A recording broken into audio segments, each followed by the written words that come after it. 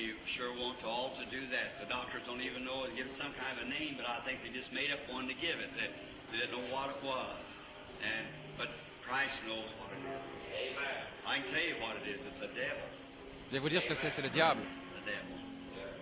What name they want to give him, that's up to them. Peu importe le nom que vous voulez donner, That's what he is. mais le diable, voilà ce que c'est, voilà ce qu'il est. Evil spirit. C'est le diable, un mauvais esprit. Together, once together. Now, only Maintenant, believe. tous ensemble, chantons maintenant, crois seulement.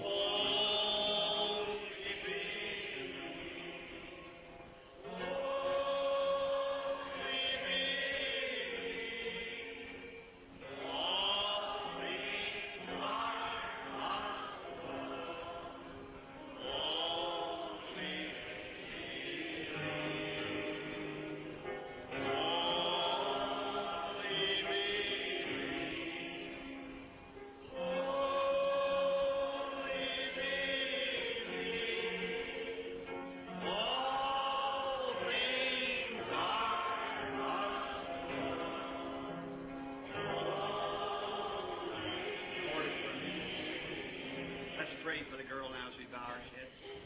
Prions pour cette petite fille maintenant alors que nous courbons la tête. Notre Père Céleste, je ne peux pas ôter cela de ma pensée. La petite fille qui est là en train de mourir,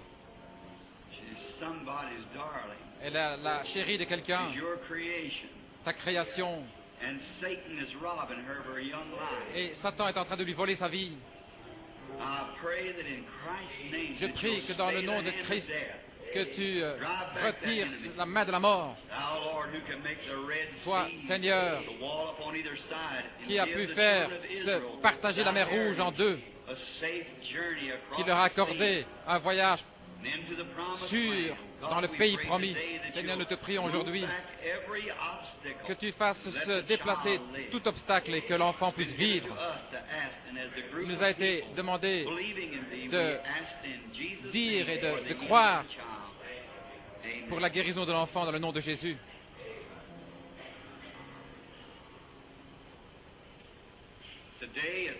Aujourd'hui,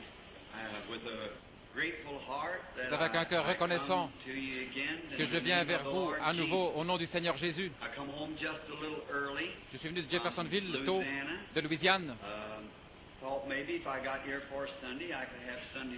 Si je pensais avoir une école du dimanche ici pour un... Et le temps était très chaud là-bas. Ainsi c'était...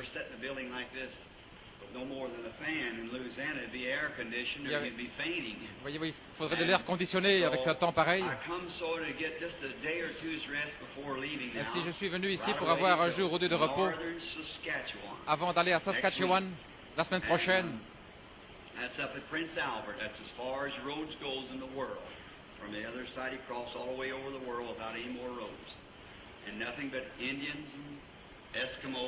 C'est là où il n'y a que des Indiens, des Esquimaux dans cet endroit-là.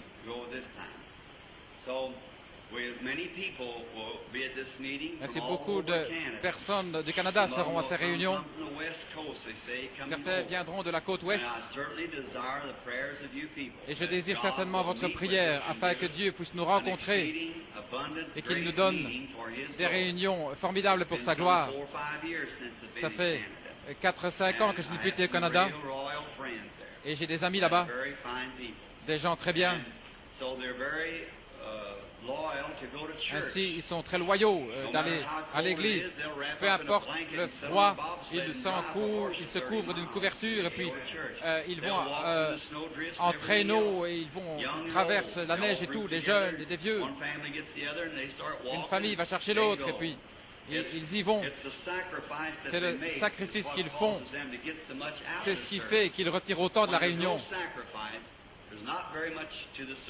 Quand il n'y a pas beaucoup de sacrifices, mais vous devez vraiment faire quelque chose qui vous coûte. Voyez-vous, mettre de côté des choses. Arrêtez de travailler, faire ceci ou cela, pour aller à l'église et montrer à Dieu que vous l'aimez, que vous faites un sacrifice pour recevoir quelque chose. C'est comme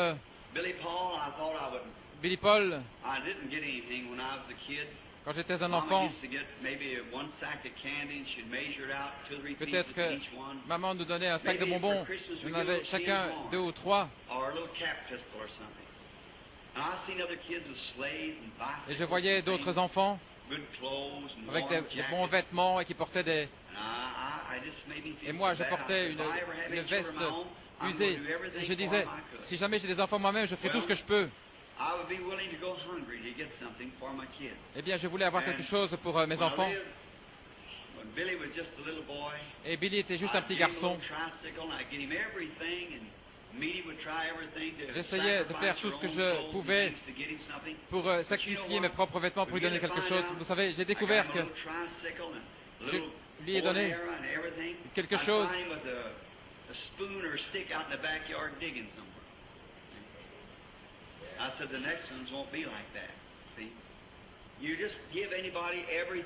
Si vous donnez tout comme ça à quelqu'un, comme sur un plateau, voyez-vous, et ils ne vont pas en faire un bon usage. Mais vous devez faire un sacrifice. Et c'est la même chose avec le salut, c'est un sacrifice complet. Oui, frère Roy, c'est un sacrifice que vous devez faire chaque jour pour vous rapprocher de Dieu, faire quelque chose. Maintenant, je sais que c'est un sacrifice pour vous tous ici d'être dans un bâtiment chaud ici. Gardons notre pensée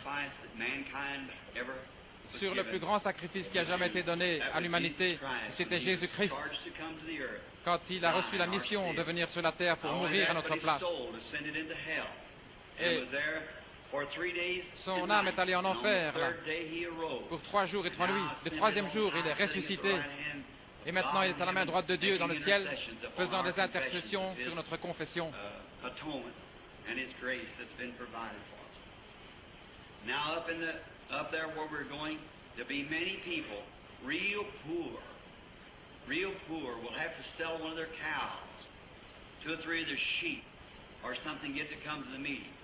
The old Eskimo will probably bring out some vieux of his Esquimaux, skins and sell them. s'ils He sont really très pauvres, doivent needed for peut-être his family to come vendre out. The Indian trader des peaux will qu'ils have ont to do the same. How we can at least pour pouvoir venir à la réunion. Et nous sommes reconnaissants envers ces gens-là et nous prions que Dieu leur donne quelque chose. Maintenant, il fait chaud et je ne vais pas vous garder longtemps. Et je désire ce matin que nous fixions notre pensée, juste avant de prier pour les malades, sur l'Église et sa condition. Maintenant, je sens qu'il y a quelques jours, un message m'a été donné pour l'Église à Shreveport, en Louisiane. Et je crois que c'est la condition de l'Église. Et nous allons prier ce matin. Nous allons demander à Dieu de nous aider. Nous allons demander à Dieu de nous aider dans le jour dans lequel nous vivons. Et devant cette Bible, il y a là le contenu de la vie éternelle. Et souvenez-vous, la parole est Dieu. Dieu n'est pas plus que sa parole. Et nous ne sommes pas plus que notre parole. Et vous et moi, si nous prenons une autre position, nous pouvons dire, je vais faire telle ou telle chose. Mais des circonstances peuvent se lever pour faire que nous ne faisons pas ce que nous avons dit. Mais Dieu ne peut pas faire cela parce qu'il est infini.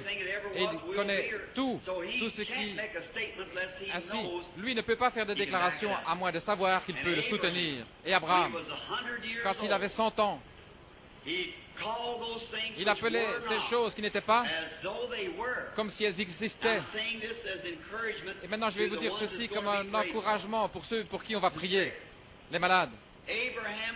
Abraham a appelé les choses qui n'étaient pas comme si elles existaient, en estimant que celui qui a fait la promesse était capable d'accomplir ou de garder ce qu'il avait promis. Maintenant, quand Dieu a dit à Abraham, quand il avait 75 ans et que Sarah avait 65 ans, qu'ils allaient avoir un bébé, eh bien c'était vraiment impossible. Mais il a cru cela. Et il s'attendait à avoir le bébé, et c'est comme s'il était là pendant 25 ans. Comme si le bébé était là. Et Abraham avait 100 ans quand le bébé est né, et Sarah avait 90 ans, parce qu'il a cru. Et il a appelé les choses qui ne sont pas comme si elles existaient. Maintenant, c'est pour ceux pour qui on va prier, les malades et les affligés. Peu importe quels sont vos problèmes, quelle sorte de maladie que vous avez, peu importe si vous êtes en mauvais état, que vous acceptez Christ et sa parole, alors vous appelez les choses qui sont comme si elles n'existaient pas, si elles sont contraires à la parole de Dieu. Maintenant, Dieu a dit, la prière de la foi sauvera le malade. Dieu a dit cela, ça règle la question. Alors, mettons notre pensée, notre espérance et agissons comme si c'était déjà fait. Déjà terminé, nous l'acceptons. Le salut, c'est la même chose. Nous le croyons, nous l'acceptons, nous le croyons dans notre cœur, nous marchons devant Dieu et nous acceptons Christ comme notre sauveur personnel. Nous l'acceptons. Si vous êtes ici ce matin en tant que pécheur, vous n'êtes pas sauvé. Et si vous voulez être sauvé, guéri, cherchez le Seigneur. Acceptez-le comme votre sauveur. Alors, cette maladie s'en ira, quelle qu'elle soit. Mettez toute votre pensée, tout ce que vous avez, sur Christ, l'homme Jésus, sur Christ, Jésus-Christ. Maintenant, gardez votre pensée là-dessus. Je vais dire ces quelques paroles pour ceux qui sont malades et affligés, ainsi que je vais parler ici à l'Église et sur sa condition, car je sens que bien que la guérison divine est merveilleuse, mais alors que j'étais à Shreveport,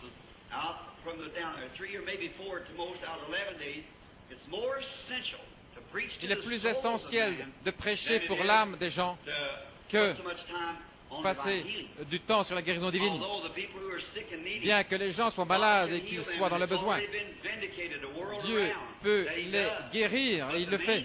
Mais la chose principale maintenant, c'est pour l'âme qui ne mourra jamais.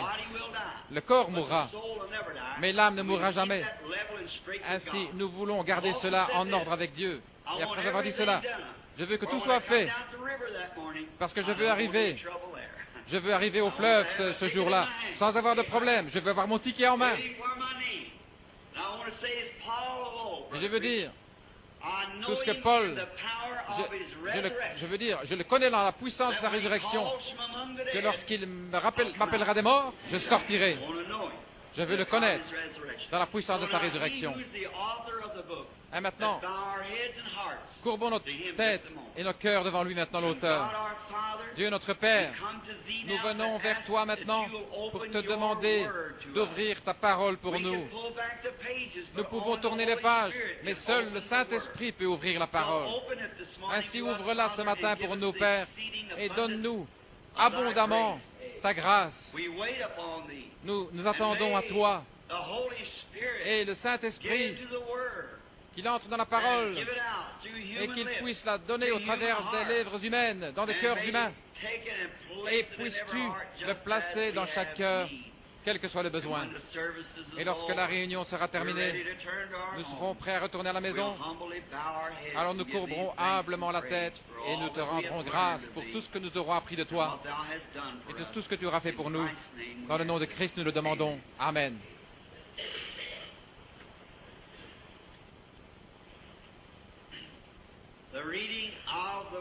La lecture de la parole dans Saint Jean, chapitre 1. Vous qui avez une Bible et qui aimeriez le lire avec moi, bien le marquer comme texte. Nous lisons le texte de la parole et nous prions que le Saint-Esprit puisse donner le contexte. Nous pouvons le lire. Nous pouvons lire. Ceux qui sont capables de lire peuvent le lire. Mais seul Dieu peut apporter le contexte. Le texte peut être lu parce que c'est sa parole. Mais alors, le contexte doit être donné par Dieu. Maintenant, dans Saint Jean, au premier chapitre, commençons au verset 28 jusqu'au verset 32. Ces choses se passèrent à Béthanie, au-delà du Jourdain, où Jean baptisait.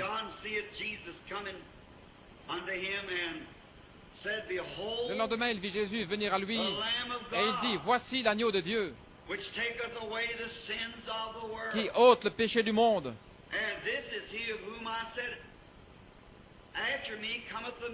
Et c'est lui dont j'ai dit, après moi vient un homme qui m'a précédé, car il était avant moi. » et je ne le connaissais pas.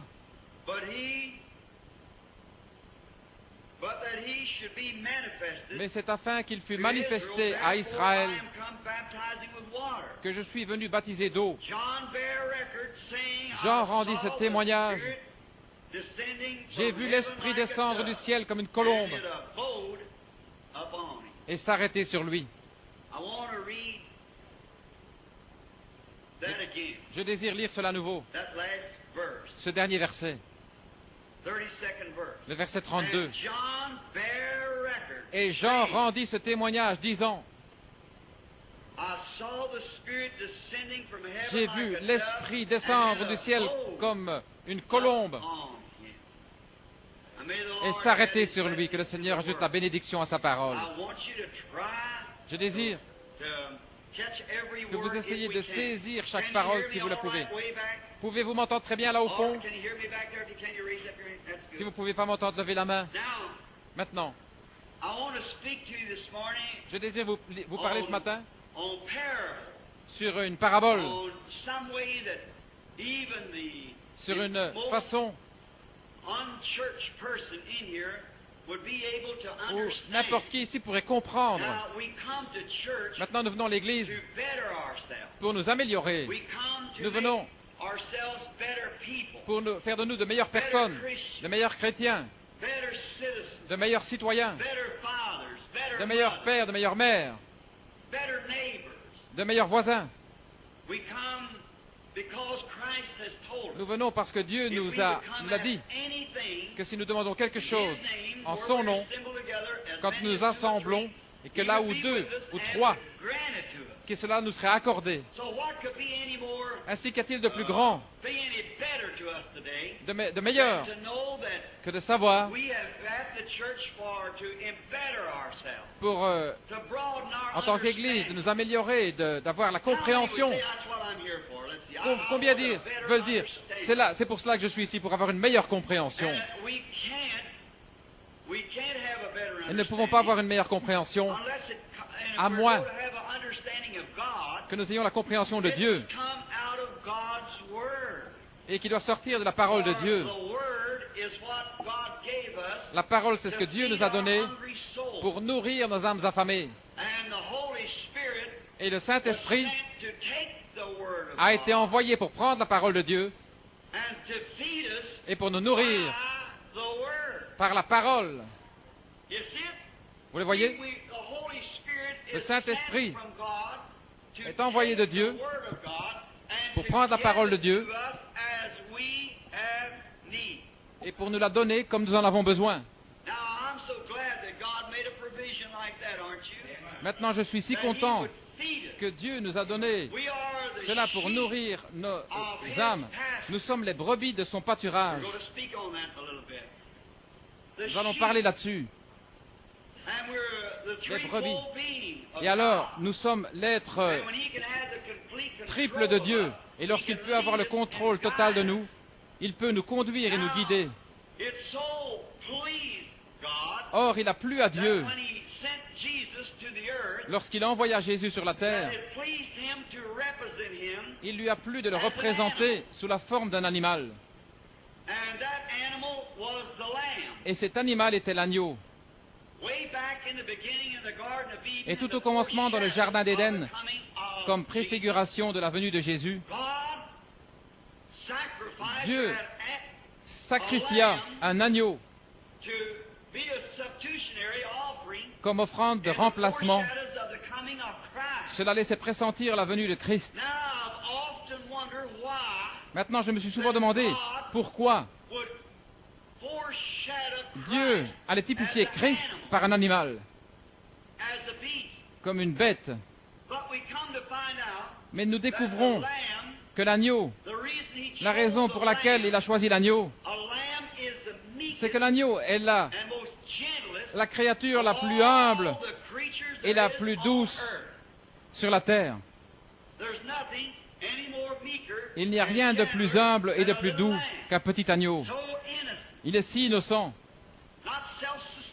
Il ne peut se suffire à lui-même. Il n'est pas arrogant. C'est une petite créature douce et humble. Et lorsque Dieu voulut représenter Christ aux yeux du monde, il le représenta sous forme d'un agneau. Mais lorsque Dieu le Père, Jéhovah, voulut se représenter lui-même depuis les cieux, il fut représenté sous la forme du plus doux et du plus humble de tous les oiseaux du ciel, la colombe. Il n'y a pas d'oiseau plus doux que la colombe. J'ai fait toute une étude sur la vie des oiseaux et sur la vie sauvage. Et parmi tous les oiseaux qui peuvent voler dans le ciel, la colombe est un oiseau très singulier. La colombe est la colombe est quelqu'un qui aime. La colombe est douce et la colombe n'a pas de bile. C'est le seul oiseau de toute l'espèce des oiseaux qui n'a pas de bile. C'est pourquoi vous ne voyez jamais une colombe ailleurs que là où se trouve du grain et de la semence. Dans l'arche, il y avait une colombe. Et la colombe est représentée dans bien des endroits de la Bible comme étant le symbole du Saint-Esprit. Et l'agneau est aussi représenté dans bien des endroits de la Bible comme étant Christ, de l'Apocalypse à la Genèse. Et c'est pareil pour la colombe. Dans le livre de la Genèse, la colombe était dans l'arche, juchée sur le perchoir avec tout le reste des oiseaux. Et l'un d'entre eux était une corneille, un corbeau. Et le corbeau est l'un des plus vilains oiseaux qui existent. Le carbeau et le geai, je pense, sont à peu près les plus vilains oiseaux que nous puissions trouver. Le corbeau est un oiseau qui vit très longtemps. On prétend qu'il vit parfois jusqu'à 200 ou 300 ans, tandis que le perroquet vit encore plus longtemps. Mais la colombe est un animal, ou plutôt un oiseau, qui n'a pas de bile. Le corbeau pourrait se tenir ici et manger de la charogne. Vous ne verrez jamais la colombe autour de cette charogne. Elle ne peut pas le supporter. Cette puanteur dans ses narines, elle ne pourrait pas le supporter. Ça la rendrait malade. Elles ne peuvent tout simplement pas supporter quelque chose d'avarié ou en décomposition. Elles ne peuvent pas le supporter. Ainsi, elle ne pourrait pas le manger. Si elle le mangeait, cela la tuerait immédiatement, la colombe. Car ce qui digère la nourriture, c'est l'apport de bile dans l'estomac. C'est dans l'absence de bile tuerait la colombe. Par conséquent, vous trouverez toujours la colombe dans un endroit où se trouve quelque chose de propre, quelque chose de sain. Maintenant, le corbeau, c'est différent. Remarquez maintenant, comme le corbeau est un type de l'hypocrite. Le corbeau peut se poser sur une charogne et en manger autant qu'il le désire, puis s'envoler vers les champs et manger aussi du blé. Mais la colombe ne peut pas manger du blé et ensuite aller se poser sur une charogne. Ainsi, un hypocrite, un homme, peut être un hypocrite et aussi manger des choses spirituelles, de bonnes choses, que des mauvaises. Mais un véritable chrétien né de nouveau ne peut pas tolérer les choses qui sont fausses et ne peut manger que de bonnes choses. Remarquez cela.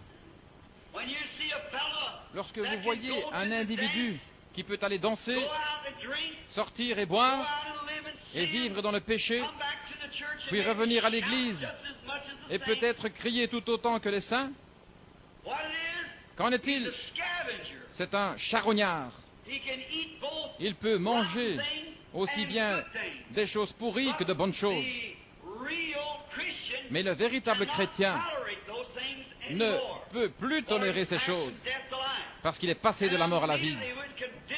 Et immédiatement cela le condamnerait tellement, juste d'y penser, qu'il détournerait le visage et s'en éloignerait. Oh, quelle image! Donc l'agneau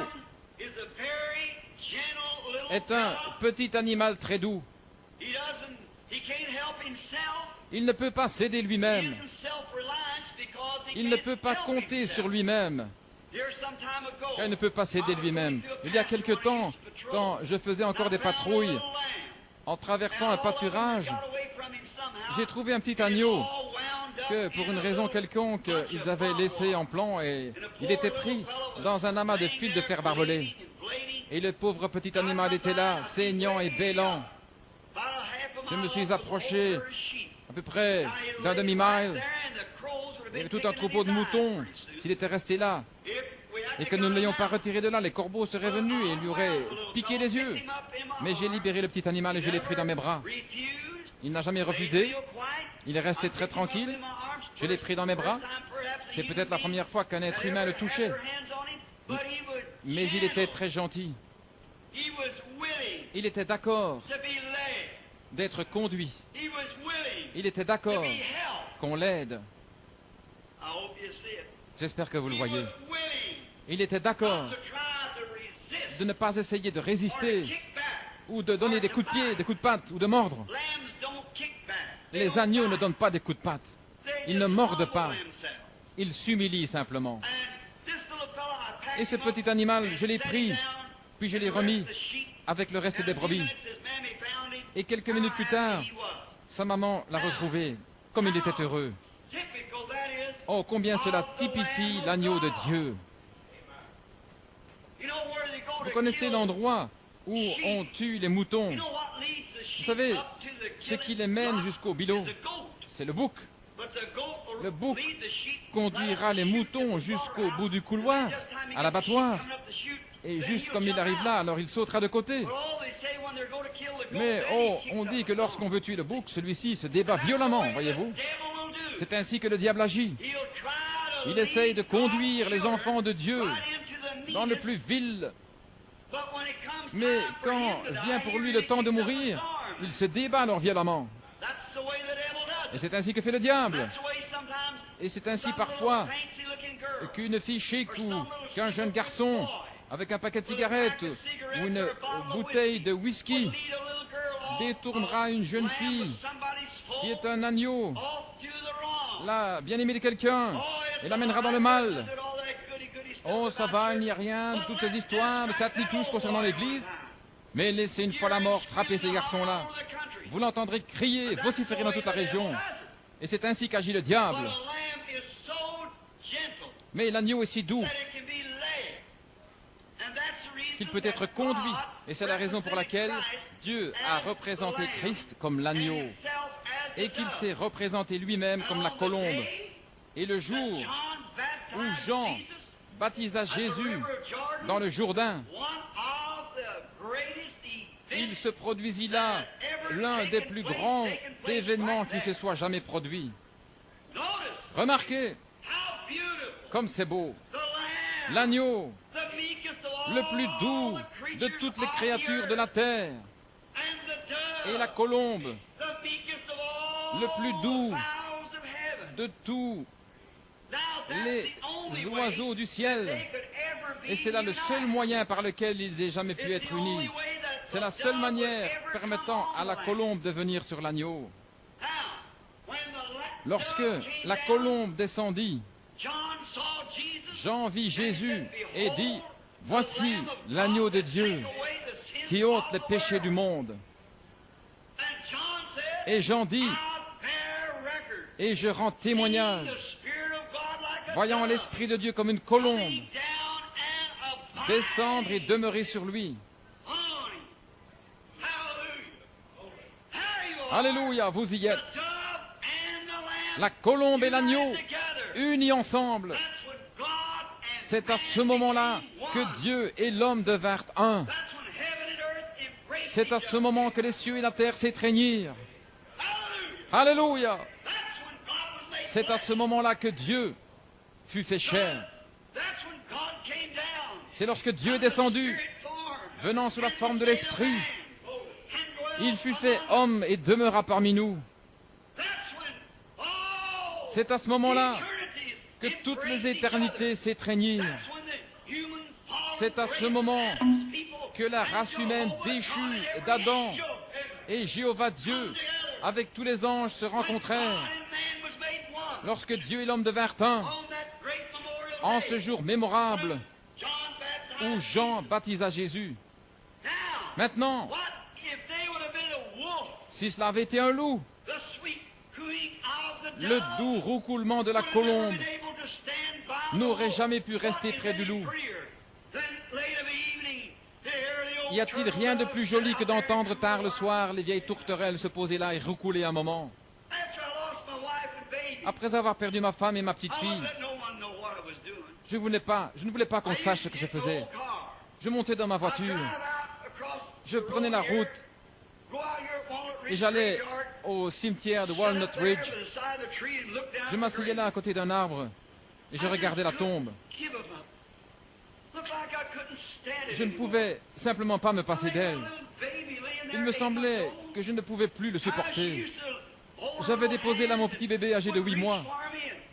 Elle avait l'habitude de tendre ses petites mains et d'essayer de me toucher, puis je jouais de la trompette, je lui disais quelque chose, et elle faisait gougou en tendant ses petites mains, et je m'asseyais à côté de l'arbre, spécialement quand il commençait à faire nuit. Et il y avait là une colombe qui venait se poser dans le buisson et qui commençait à roucouler. Oh là là, une fois je me suis demandé si c'était l'âme immortelle de mon enfant qui revenait pour essayer de me parler. Il n'y a rien de plus doux que ce roucoulement de la colombe. Comme elle est affectueuse. Elle apporte des nouvelles. Comme elle essaie de faire la paix. Et je me lève tôt le matin. Je vais dans les bosquets près d'où j'habite. Comme c'est paisible d'entendre ces colombes perchées dans un grand arbre, échangeant des roucoulements. L'autre jour, lorsque j'étais chez Frère Cox, il y avait une maman colombe avec deux petits bébés. Ils s'étaient posés sur le toit d'un bâtiment, afin que les chats ne puissent pas les attraper. Et la maman colombe les nourrissait. Ensuite, elle descendait et les prenait, et les faisait monter dans l'arbre. Alors ils se tenaient là, leurs cous entrelacés, et ils roucoulaient. Et ils se faisaient la cour toute la journée. Deux gentilles petites colombes. Et je pensais, oh, comme Dieu. La colombe est un animal si affectueux. Et la colombe, Dieu, qui désire témoigner son amour à ses créatures. Dieu désire être aimé. Dieu désire vous aimer. Car Dieu a tant aimé le monde qu'il a donné son Fils unique, afin que quiconque croit en lui ne périsse point, mais qu'il ait la vie éternelle. Béni soit le Seigneur. Alors, Dieu, qui désirait témoigner son amour, dut créer quelque chose d'aimable. Il dut créer quelque chose de doux comme lui-même. Il dut créer quelque chose qui pouvait être aimé. Il dut créer quelque chose qui soit selon sa propre nature. Vous ne pourriez pas aimer quelque chose qui ne soit pas selon votre propre nature. L'amour doit s'unir à l'amour. Un mari et sa femme doivent s'aimer l'un l'autre si jamais ils veulent surmonter leurs difficultés. Les membres d'une famille doivent s'aimer les uns les autres si jamais ils veulent surmonter leurs difficultés. Quelque chose à aimer. Vous cherchez partout, essayant de trouver une jeune fille que vous puissiez aimer et qui deviendra votre femme. Elle cherche partout, essayant de trouver un mari qu'elle puisse aimer.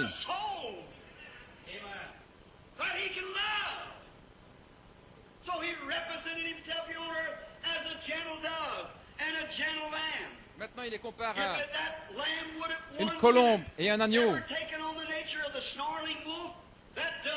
Cette colombe aurait pris son envol immédiatement. Mais l'agneau, il n'a pas de grande pensée de lui-même. Un agneau, c'est une chose. Quand il est perdu, il est désespérément perdu. Mais elle ne peut pas retrouver sa route. Voilà pourquoi elle ne peut pas trouver sa route. Et c'est la raison pour laquelle Dieu nous compare à des brebis. Quand nous sommes perdus, nous sommes perdus. Nous ne pouvons pas nous retrouver.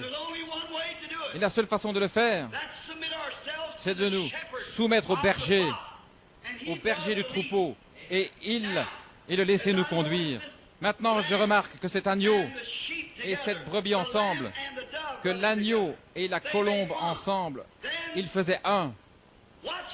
Ensuite, observez comment la colombe conduisait l'agneau, le Fils de Dieu. Comment il était doux, sachant qu'il allait à l'abattoir. Comme il était doux, sans jamais rien faire de lui-même, n'essayant pas de se suffire à lui-même. Il dit, je ne fais rien avant que le Père me le montre premièrement. Maintenant, il y a une autre chose qui caractérise l'agneau. L'agneau consent volontiers à renoncer à ses droits. Maintenant, Dieu désire que nous soyons des agneaux. Mais bien souvent, nous ne voulons pas nous soumettre nous-mêmes. Nous ne voulons pas abandonner nos droits. Il y en a tant qui disent, j'ai des droits, frère Branham. Et c'est juste, mais êtes-vous prêt à abandonner vos droits? Êtes-vous prêt à les abandonner afin que Dieu puisse vous conduire? Et voilà le problème avec l'Église aujourd'hui, dans leur grande majorité. Alors que la douceur de l'agneau de Dieu, nous sommes censés être des agneaux, mais nous sommes devenus tous sauf des agneaux. Et c'est pour cette raison qu'aussitôt que nous prenons cette attitude, la colombe du Saint-Esprit prend son envol et s'en va. Si l'agneau de Dieu s'était mis à hurler comme un loup et avait fait quoi que ce soit de contraire à ce que la douce colombe lui aurait permis de faire, la colombe aurait pris son envol. Elle serait partie en l'espace d'une minute. Et c'est la raison pour laquelle aujourd'hui, nous nous demandons ce qui se passe avec l'Église pentecôtiste. C'est ce que nous avons pris une nature différente. Nous avons pris cette nature qui dit, nous réclamons nos droits. Nous allons faire ce que nous savons être juste. Et nous devenons arrogants. Nous devenons hostiles. Nous devenons indifférents. Nous laissons entrer la colère. Nous laissons entrer l'égoïsme. L'agneau, lorsque vient le temps, la laine qui est à lui, il y a droit. La laine lui appartient. Mais on prend cet agneau, on le met sur le billot, on lui attache les pattes. Il ne rue jamais, il ne fait pas d'histoire. Vous lui retirez tout simplement ses droits. Parce que c'est un agneau. Il ne peut rien faire d'autre, parce que c'est sa nature. Mais mettez-vous une fois en travers du chemin d'un chrétien. Vous découvrirez si c'est un agneau ou un bouc. Vous saurez ce qu'il est. Contrariez-le une fois. Et c'est la raison pour laquelle aujourd'hui, nos églises sont dans la condition où elles sont. Nous nous sommes appelés agneaux de Dieu. Les femmes et les hommes ensemble ont commencé à agir n'importe comment, sauf comme des agneaux de Dieu. Regardez-les dans la rue, avec leurs cheveux coupés, courts, remplis de frisettes. Il y a seulement quelques années, vous n'auriez pas pu leur faire faire cela, même en les payant. Et alors vous vous demandez pourquoi l'Église est dans une telle condition. C'est que vous avez pris la nature d'un loup, d'un bouc, au lieu de garder l'humble douceur. Et vous dites, c'est mon privilège, frère Branham. Je sais que c'est votre privilège. Les coiffeurs coupent les cheveux, et aussi longtemps que les coiffeurs couperont les cheveux, n'ai-je pas le droit? C'est juste, c'est votre privilège américain, mais êtes-vous prêt à l'abandonner pour être un agneau? Êtes-vous prêt à vous soumettre? Et vous les femmes, il n'y a pas longtemps, vous descendiez dans la rue, c'est ridicule de voir la façon dont les femmes s'habillent aujourd'hui. Et je ne parle pas de presbytériennes et des méthodistes, je parle de vous, femmes de la sainteté. Vous descendez la rue, là, et c'est... J'ai une petite croix suspendue à l'avant de ma voiture, et quelqu'un m'a dit, Billy, tu sais que c'est un emblème catholique? J'ai dit, quand les catholiques ont-ils pris une option sur la croix? Jamais. Ce n'est pas un emblème de la foi catholique, c'est l'emblème de la foi chrétienne. La foi catholique est un petit saint mort, une Marie ou un saint mort qu'ils adorent. Nous n'adorons pas les morts. Nous n'adorons pas Sainte Cécile et tous ces différents saints. C'est du catholicisme, c'est une forme élevée de spiritisme. Mais la croix représente celui qui mourut et ressuscita. Et j'ai dit, je la garde là devant moi quand je regarde la rue. Il y a 25 ou 30 ans, lorsque j'étais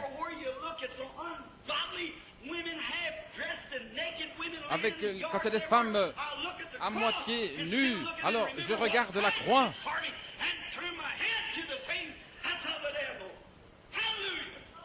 Je me souviens que Christ a fait pour moi et je détourne la tête de ces choses qui sont du diable. Et ne dites pas que ces choses sont des presbytériens, des catholiques, ce sont des pentecôtistes. Amen. Vous dites, j'en ai le droit, frère Branham, c'est juste. Mais si vous étiez un agneau, vous abandonneriez vos droits. Et lorsque vous agissez ainsi, le Saint-Esprit, cette douce colombe, s'envole aussitôt. Elle ne se couvrira pas de honte avec vous. Non, non. Ne pensez jamais que vous allez pouvoir agir ainsi et garder le Saint-Esprit. Vous ne le pouvez pas. C'est ce que dit la Bible. Vous devez abandonner vos droits. Et vous les hommes, avec ces petites choses efféminé. Cela montre de quoi vous êtes fait. C'est la raison pour laquelle vous n'avez pas le Saint-Esprit comme vous affirmez l'avoir. Sinon, vous auriez assez de crampes pour la faire agir comme une dame. En tout cas, aussi longtemps qu'elle vivra avec vous. Amen. Cela semble démodé, tranchant, mais c'est ça que l'Église a besoin aujourd'hui. Un lavage du Saint-Esprit à l'ancienne mode. Elle a besoin d'être étendue, séchée, repassée par le Saint-Esprit. Certainement. Regardez dans quelles conditions le monde s'est enfoncé. Comment ils sortent dans la rue et font toutes ces choses. Comment vous collez votre nez contre la télévision les mercredis soirs au lieu d'aller à l'église. Eh bien, il n'y a pas un enfant dans le pays qui ne connaisse pas David Crockett. Et ce vilain mensonge qui dit qu'à l'âge de 3 ans, il tua un ours. Mais vous laissez...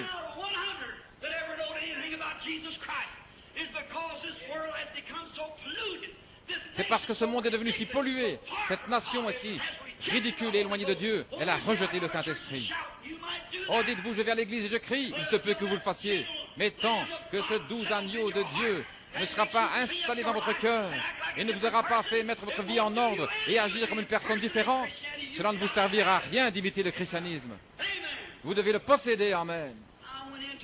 Il n'y a pas longtemps, je suis entré dans une maison ici pour rendre visite à un malade.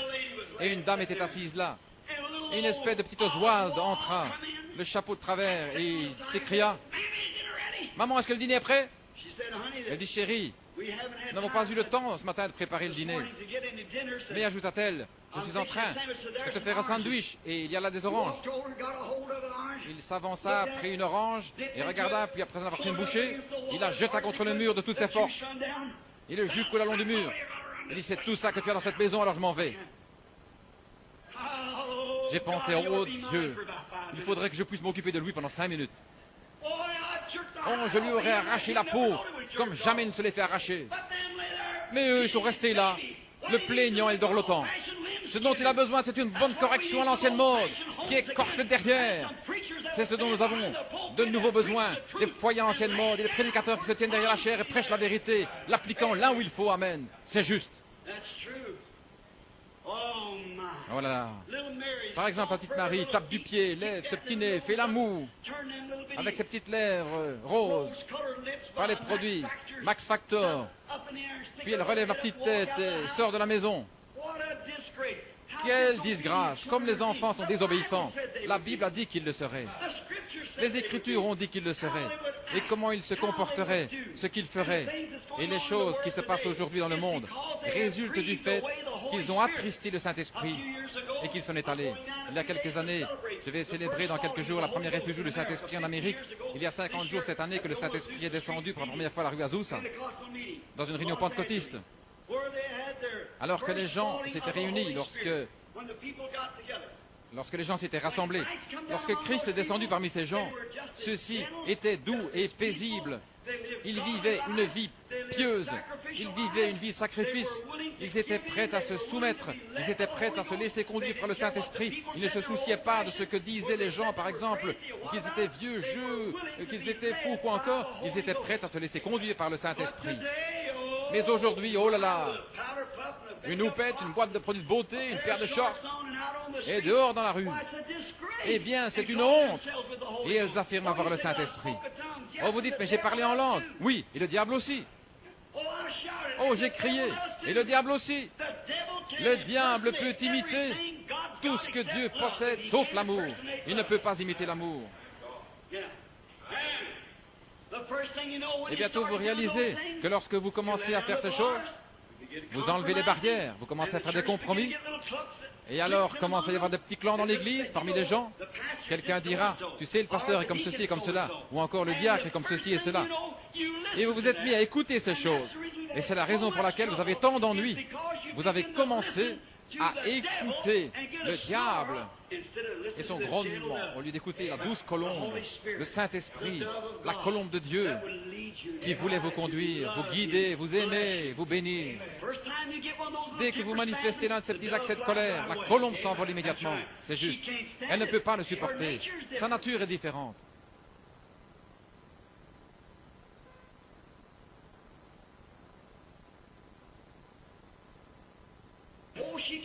Oh, elle ne peut absolument pas le supporter. Et lorsque vous vous mettez à parler de votre prochain, elle ne peut pas supporter cela. Elle ne va pas le tolérer. Elle s'envole et s'éloigne. Elle ne peut supporter cela plus longtemps. La colombe est douce. La colombe est humble. Et la colombe ne se tiendra pas sur rien d'autre que la même nature qu'elle. Maintenant, Dieu peut faire de vous un homme ou une femme avec une nature différente. Il peut vous donner une nature différente. Et vous me direz bien, frère Branham, que pouvons-nous faire à ce sujet? Redevenez tout simplement un agneau. Il n'y a rien que deux animaux qui s'associeront. C'est la colombe et l'agneau. La colombe ne s'associera pas avec autre chose qu'un agneau. Et si vous êtes devenu un bouc, alors débarrassez-vous de ce vieil esprit de bouc. C'est juste. Si vous êtes devenu quelque chose d'autre, débarrassez-vous-en. Si vous commencez à devenir cancanier, une fois je prêchais de toutes mes forces dans une certaine ville. Il y avait là des milliers de gens. Puis je fis un appel à l'autel. Je pensais avoir couvert le péché sous toutes ses formes. J'avais mentionné tout ce qui me venait à l'esprit. Ce soir-là, une fois le service terminé, une femme, l'air bien prude, passe après de moi et me dit « Eh bien, frère Branham, je suis vraiment contente que vous ne m'ayez pas touché ce soir. » Et je pensais « Eh bien, ça doit être une vraie chrétienne. » Elle me dit « Vous ne m'avez pas touché ce soir. » Eh bien, ça me fait plaisir d'entendre cela, madame. Vous devez être proche du royaume de Dieu. Puis elle s'éloigna sur la pointe des pieds. Une autre petite dame se tenait là. Et je lui demandais, dites, vous connaissez cette femme? Oui. Elle dit, ça doit être une véritable chrétienne. Elle dit, il y a un point que vous avez omis de toucher, frère Branham. C'est celui du commérage. C'est la plus grande commère de tout le pays. Vous y êtes. C'est ça. Voyez-vous. Mais lorsque vous en venez à l'une de ces choses, peu importe que le prédicateur tape là-dessus ou non, depuis la chair, lorsque vous voyez les choses charnelles, ces choses du monde aussi longtemps que vous les tolérez, vous êtes loin de Dieu et le Saint-Esprit restera éloigné. C'est la raison pour laquelle les réunions ne sont plus comme elles étaient. C'est la raison pour laquelle l'allée recouverte de cieux n'est pas utilisée ce matin dans le tabernacle. C'est la raison pour laquelle il n'y a pas de grandes réunions sous-tentes dans le pays. C'est parce que nous avons attristé, éloigné la douce colombe de Dieu. C'est juste. Aussi longtemps que nous serons si indifférents, il ne restera pas avec nous. Aussi longtemps que nous serons médisants. Nous voulons en faire à notre tête. Maintenant, je désire que vous remarquiez. L'agneau était un agneau silencieux. La Bible dit, il n'ouvrit point la bouche. Comme la brebis devant ceux qui la tondent, il était muet. Il n'a pas ouvert la bouche. Il n'était pas quelqu'un qui réclame ses droits. Non, monsieur, il était prêt à perdre ses droits. C'était un agneau silencieux. Mais aujourd'hui, oh là là, comme nous tenons à nos opinions, oh là là, c'est moi qui te le dis. Si quelqu'un vient me dire quelque chose d'autre, je vais l'arranger, je vais le mettre en pièces. Et dire à ce vieil hypocrite quand je le verrai, attends juste que je le vois. Dieu soit béni, alléluia. Hein? La colombe s'envole tout simplement et va plus loin. Certainement, le Saint-Esprit n'est plus avec vous aussi longtemps que vous avez ce sentiment-là. Écrivez cela dans votre livre. Il ne le voudra jamais. Le Saint-Esprit ne se tiendra pas là où il y a cette sorte d'esprit. Il faut que ce soit un esprit d'agneau, un esprit doux. Sinon, il ne restera pas, tout simplement. Ce n'est pas doux et humble, conduit par le Saint-Esprit. Et si quelque chose survient, il ne le remarque même pas, il continue simplement son chemin, voyez-vous. Et à l'instant même, on se détourne. Vous savez, lorsque vous vous êtes détourné, savez-vous que le premier péché commença lorsque quelqu'un se détourna juste un instant? Saviez-vous cela? La Bible le dit. Ève se détourna juste un moment pour entendre ce que Satan avait à lui dire. Il lui dépeignit un tableau si joli qu'elle pensa réellement que c'était la vérité. Et elle l'écouta. Et la seule chose que le diable veut que vous fassiez, c'est simplement que vous vous détourniez quelques instants. Il peut vous peindre un tableau et alors dire, regarde un peu ici, tu sais frère, tu sais sœur, s'ils étaient des gens corrects, ils ne feraient pas ceci, s'ils faisaient simplement ceci. Il peut vous rendre la chose si réelle, certainement. Mais souvenez-vous, c'est le diable. Peu importe le niveau de leur bassesse, jusqu'où ils sont enfoncés dans le péché, c'est votre devoir de les entourer de votre bras et de les relever par l'amour de Dieu. Où étiez-vous lorsque la colombe de Dieu vous a retiré du bourbier? C'est votre devoir, mes amis. Ce monde se meurt par manque d'un petit peu d'amour. Je désire que vous observiez cet animal, aussi ce petit animal. C'était un agneau silencieux, parce qu'il n'a pas, lorsqu'il fut injurié, il ne rendit pas les injures. Il n'a pas invectivé et fait toutes sortes de choses. Il ne s'est pas mis dans tous ses états. Il ne l'a pas fait. Quand quelqu'un, lorsqu'il fut injurié, il ne rendit pas les injures, il n'ouvrit point la bouche. Mais laissez faire quelqu'un vous faire quelque chose. Oh là là! Mal. Nous éclatons comme un crapaud qui mange de la chevrotine. Nous nous gonflons comme une vieille oie. Eh bien, je te le dis maintenant, S'il me marche encore comme ça sur les pieds, je ne retourne plus jamais dans cette vieille église. Non, monsieur. Dieu soit béni. Alléluia. Les Nazaréens me recevront. Les pèlerins de la sainteté m'accepteront. Alléluia. Je n'ai plus à le faire. Très bien. La colombe s'envole. Tu sais quoi? Si ce vieil hypocrite fréquente cette église-là, eh bien, je n'y retournerai plus jamais. Dieu soit béni, je n'irai plus. Et lorsque cette chose vous frappe, ce vieux loup qui gronde, la colombe s'envole. C'est vrai. Alors le Saint-Esprit n'est plus là. Ensuite, vous vous demandez ce qui se passe avec vous. Vous vous demandez ce qui se passe avec l'Église. Vous vous demandez ce qui se passe avec vous. Pourquoi n'avez-vous plus la victoire comme vous aviez? Vous avez changé de nature. Vous êtes devenu un bouc au lieu d'un agneau. Vous êtes devenu quelque chose d'autre qu'un agneau. Vous devez recevoir ce véritable esprit de douceur. Que le Saint-Esprit me conduise n'importe où. Oh Dieu, j'aime chaque pécheur où qu'il soit. Si de tels sentiments s'installent dans votre cœur, alors vous verrez quelque chose se produire. Votre âme, vous me direz, eh bien frère Branham, y a-t-il une solution à cela? Oui, devenez simplement un agneau, c'est tout. Eh bien frère Branham, j'ai rencontré une jeune dame l'autre soir à Shreveport. Billy et moi sommes allés quelque part manger un sandwich après le service. Une belle jeune femme entra là, probablement avec une jeune fille de 20 ans, à peu près. Elle était bien habillée. Elle s'est assise et j'ai remarqué qu'elle regardait continuellement dans notre direction. J'ai simplement continué à manger. Quelques instants plus tard, une dame est entrée. Elle a dit bonsoir en s'adressant à elle.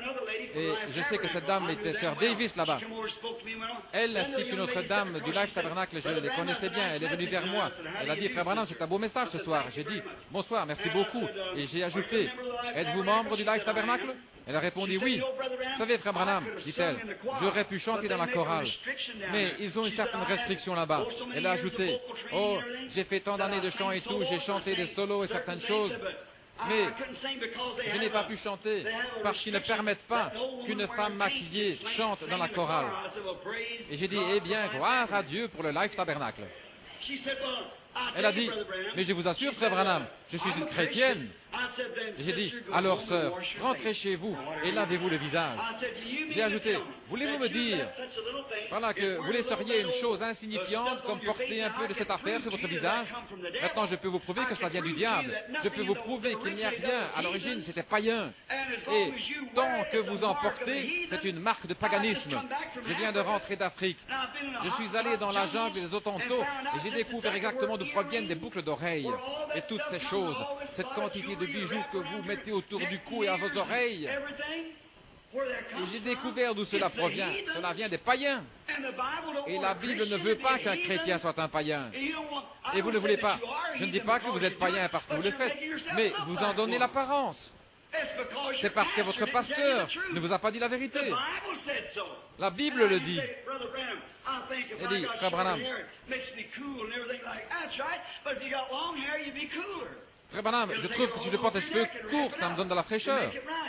Mais c'est vrai, mais si vous portiez les cheveux longs, ça vous donnerait encore davantage de fraîcheur. Vous pourriez les enrouler et ainsi dégager complètement votre nuque, cela serait correct. Eh bien, vous savez ce que dit la Bible? Qu'un homme a le droit de répudier sa femme et de la divorcer si elle coupe ses cheveux. Si elle se coupe les cheveux, cela montre qu'elle est infidèle. La Bible le dit. 1 Corinthiens 12, voyez-vous si ce n'est pas juste, une femme qui se coupe les cheveux déshonore son chef qui est son mari, et si elle est peu honorable, il faudrait divorcer d'elle et s'en éloigner, c'est juste. Mais voyez-vous, les pasteurs ne vous disent jamais ces choses-là, et c'est la raison pour laquelle vous agissez ainsi. Et la Bible dit, tenez, il n'y a pas longtemps, quelqu'un m'a écrit, il m'a dit, frère Branham, à propos de ces blouses qu'ont les femmes, eh bien, il est difficile de trouver encore des blouses. Serait-il correct pour nous chrétiennes de porter celles qui sont en dacron, en nylon, quelque chose comme ça? Et j'ai répondu, écoutez, sœur, laissez-moi vous dire une chose à ce sujet.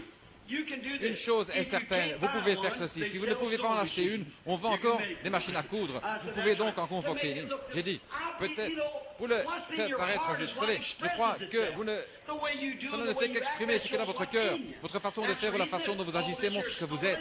C'est la raison pour laquelle il y a tous ces grognements, ces chichis et ces médisances et toutes ces histoires dans l'Église. C'est ce qui divise l'Église. Cela montre que le diable est entré en vous et que le Saint-Esprit vous a quitté. Or, je sais que chez certains d'entre vous, ces paroles font l'effet d'une raclée, mais il doit en être ainsi. Il le faut.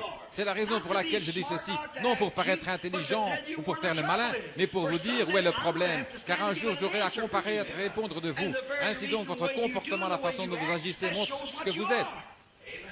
Si vous avez un vieux tempérament colérique qui sort de ses gonds pour presque rien, et que vous vous amenez, faites des histoires, critiquez, dites des vulgarités, des choses ainsi, cela montre d'où cela vient.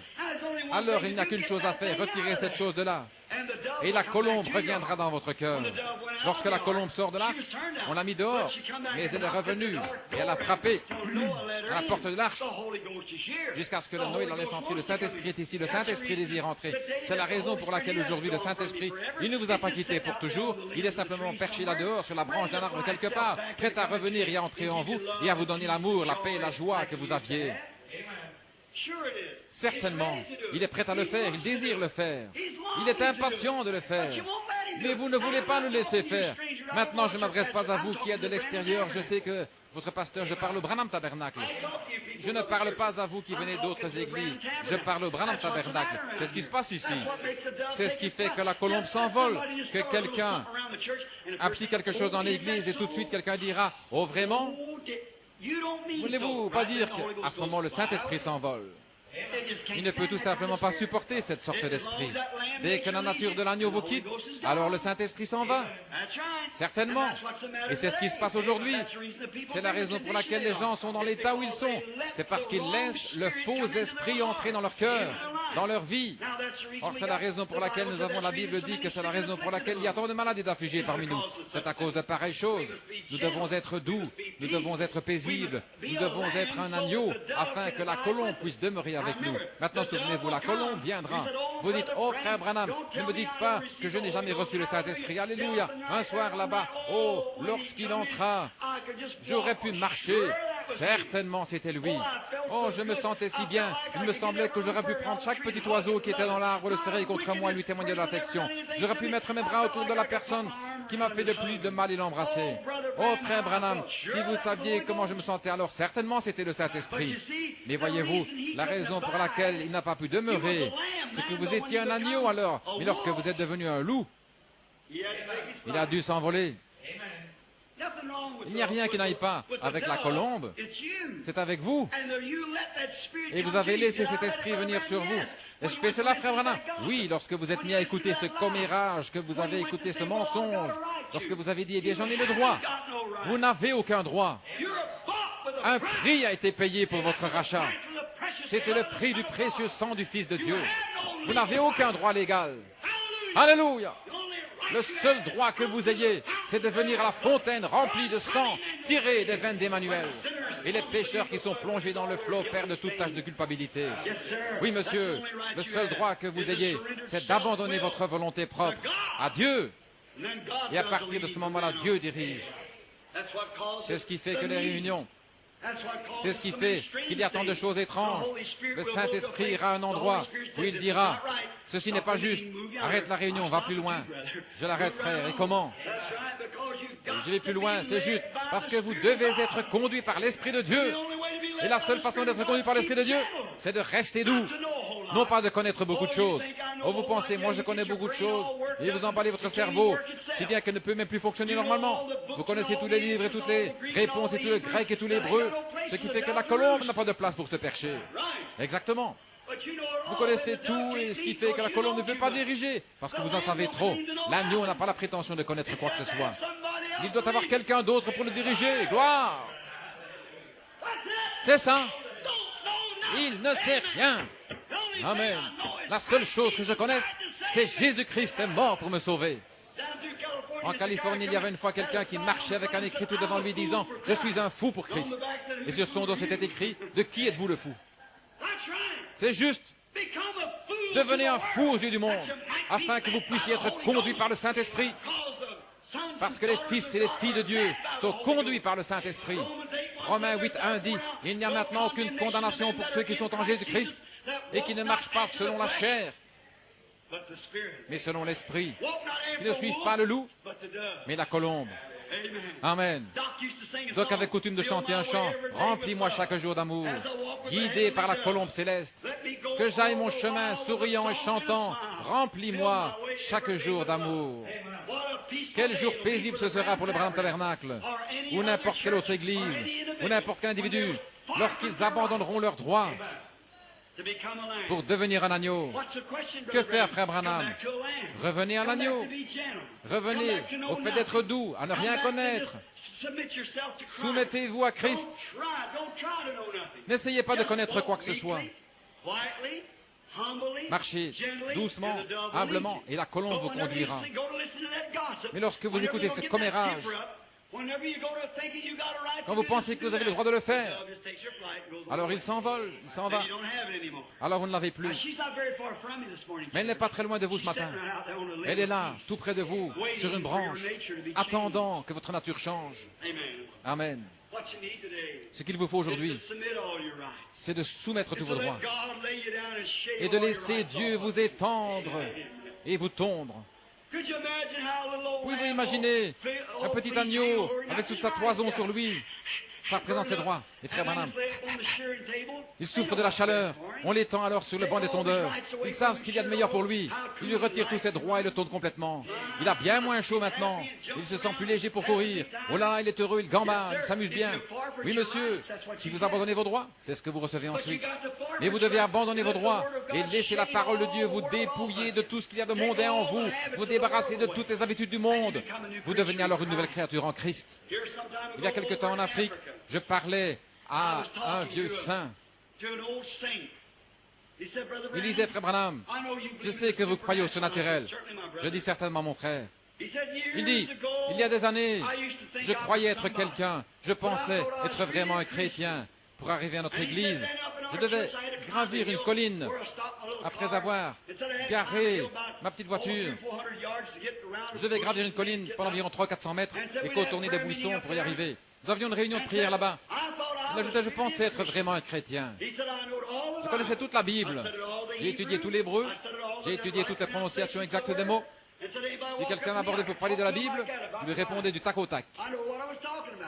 Je savais ce dont je parlais. Un soir, je montais à l'église. Il y avait eu beaucoup de conflits dans notre église. Il y avait des petits clans montés les uns contre les autres. Vous savez comment ça se passe? Je dis, oui, certainement. Il dit, sur mon chemin, en gravissant la colline, j'ai réalisé soudain que quelqu'un me suivait. J'ai pensé attendre un petit peu pour permettre à cette personne de me rejoindre afin de lui parler un petit peu en montant le chemin. Vous savez, c'est une bonne chose. Attendre simplement un petit peu. Et il dit, comme je gravissais la colline, je vis un homme qui montait et il portait un baluchon sur le dos qui était beaucoup plus gros que lui. Et cet homme était à bout de souffle. Il haletait, il avançait à petits pas, essayant de monter. Je lui dis, mon ami, puis-je vous aider à porter cette charge jusqu'à la colline? Il dit, non, c'est à moi de la porter. Je regardais ses mains. Alors dit-il, je sus que c'était une vision. Il avait des cicatrices dans les mains. Alors je tombais par terre et je dis, Seigneur, est-ce que tu portes les péchés du monde dans ce sac? J'ai dit, non, je porte seulement les tiens. J'essaie simplement de t'aider à gravir la colline, afin que tu puisses y arriver. Il en est ainsi. Si nous regardions simplement autour de nous, nous découvririons qu'il est en train de porter les nôtres. Est-ce que ça ne vous fait pas sentir petit? Notre cœur méchant et cruel, juste parce que nous pouvons le faire. Il y a certains temps, j'étais à la chasse. Comme vous le savez, j'aime chasser. Il y avait un individu cruel dans cette région. C'était un type méchant. Il avait l'habitude de se moquer de moi parce que je ne voulais pas tirer des biches et des faons. Je disais, c'est brutal. Pourquoi ne veux-tu pas être un chasseur vraiment loyal et tirer plutôt sur les vieux mâles et les animaux qui sont vieux et prêts à mourir? Dieu nous les a donnés. Laisse ces jeunes mères et ces petits. Je disais, ah, prédicateur, t'es une poule mouillée.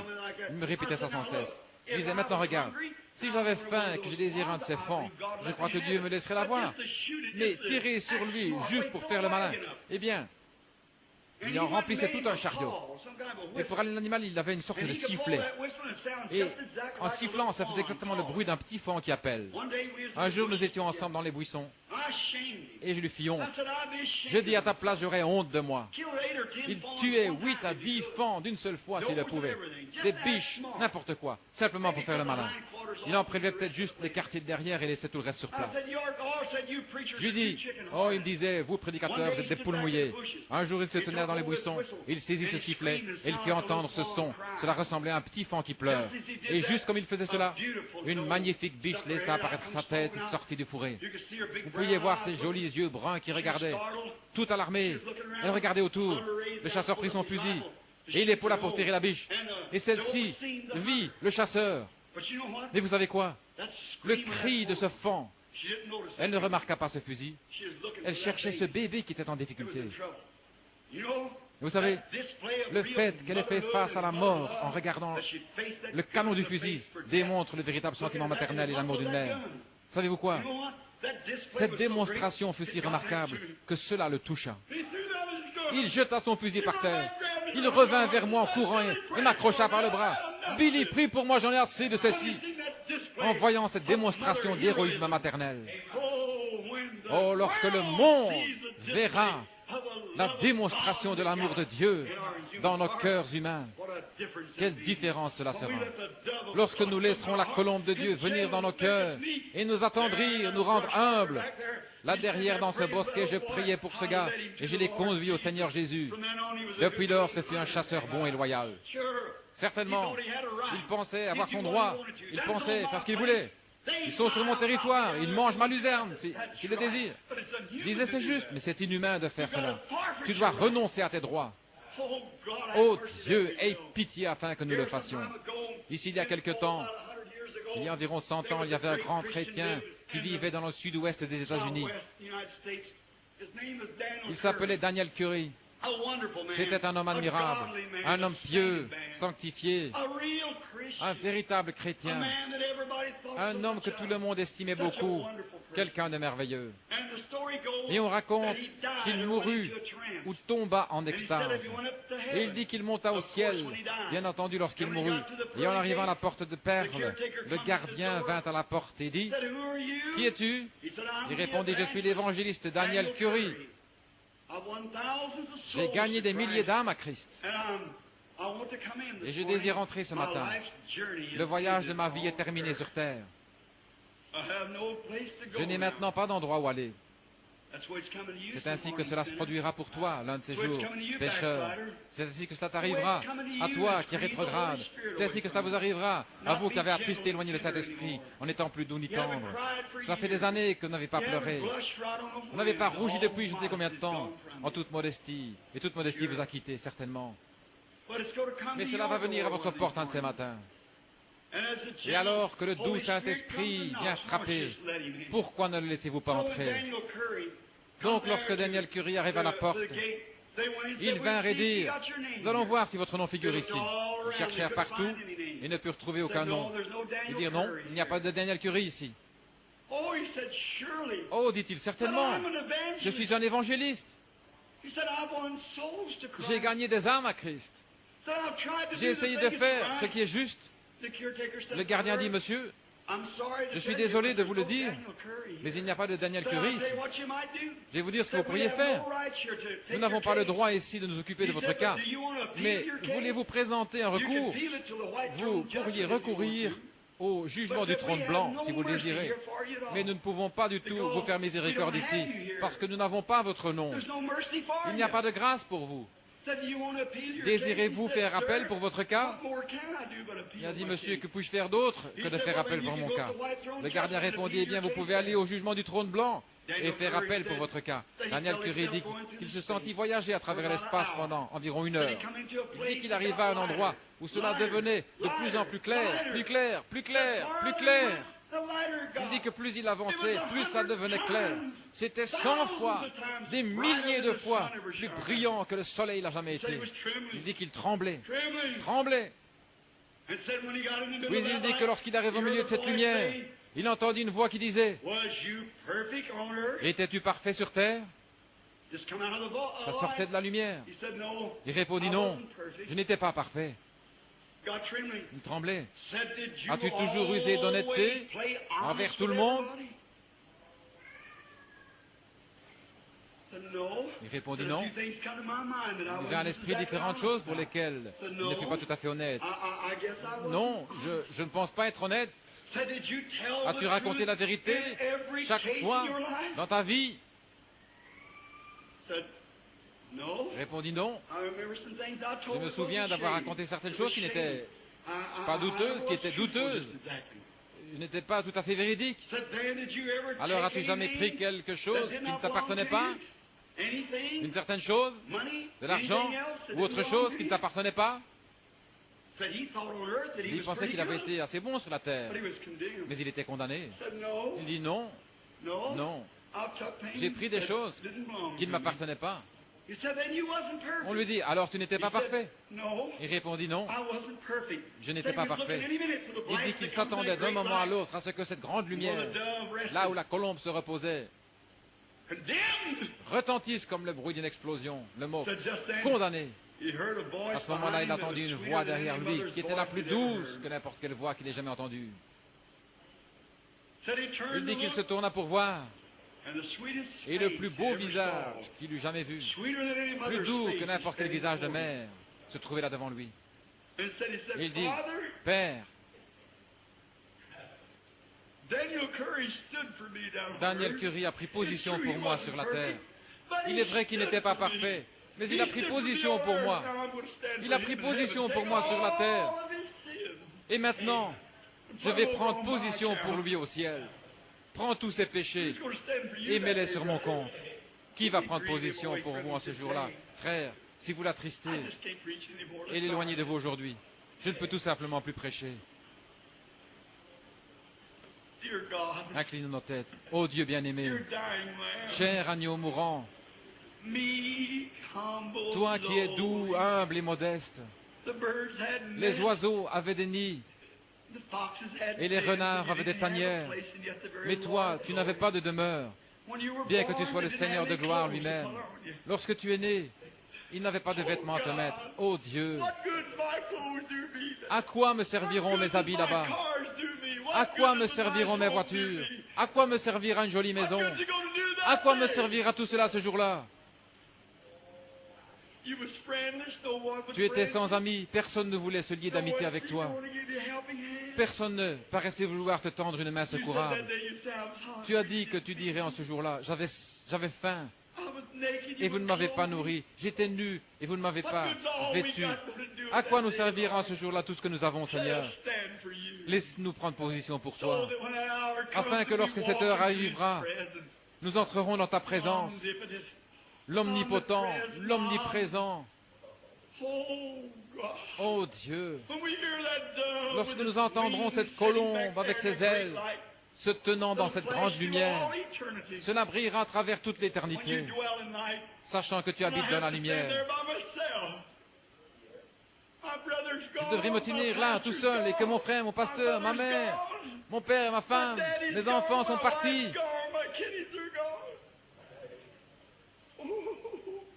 Oh Dieu! Que vais-je faire alors, Seigneur? Que vais-je faire alors? Cela peut arriver ce soir avant le coucher du soleil. Mais que vais-je faire? Que puis-je faire? Oh Christ, je veux prendre position pour toi maintenant. Je ferai mon choix aujourd'hui. Je vais cesser tous mes bavardages sur autrui. Je vais abandonner tout mon tempérament colérique. Je vais laisser de côté tous mes différends. Je vais abandonner toutes choses. Dépouille-moi, Seigneur. Prends tout ce que j'ai. Simplement prends-moi, Seigneur. Je veux me tenir à ta place. Je veux être tondu. Je désire que tout égoïsme, tout orgueil, toute indifférence soit simplement ôté de moi. Et puis je désire prendre position pour toi comme un agneau tondu, prêt à abandonner tous les plaisirs, ce qu'on appelle les plaisirs de la vie. Toutes les danses, toutes les réceptions, tous les vêtements indécents, le fard, le rouge à lèvres, le vernis à ongles, toute cette indifférence qui ressemble au monde. Tu m'as dit, n'agissez pas comme le monde, ne vous associez pas aux choses du monde, sortez du milieu d'eux.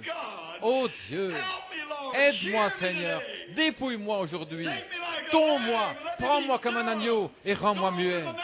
Que je n'ouvre pas la bouche, que je ne dise rien à ce sujet. Que je me tienne simplement là. et que je sois tondu. Oh Dieu, quelle différence cela fait. Je me souviens qu'une fois tu m'as dépouillé. Tu as pris ma femme, tu as pris mon petit enfant, mon père, mon frère. Tu m'as complètement tondu. Cependant, dans mon cœur, je savais que je t'aimais. Comme tu m'as béni, comme tu as été bon, tout ce que je suis, tout ce que je pourrais être, ou tout ce que je serai, vient de toi.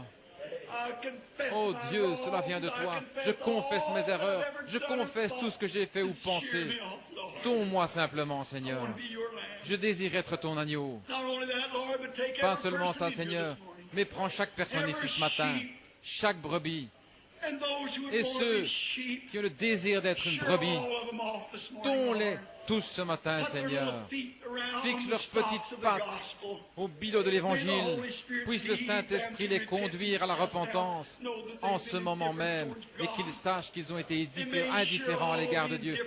Et, Seigneur, puisses-tu les tondre de toute indifférence du monde, de toutes les choses du monde, Seigneur. Que nous soyons tondus ce matin, Seigneur, afin qu'ayant moins chaud, nous puissions nous tenir tranquillement devant toi, comme des chrétiens nés de nouveau. Accorde-le, Seigneur.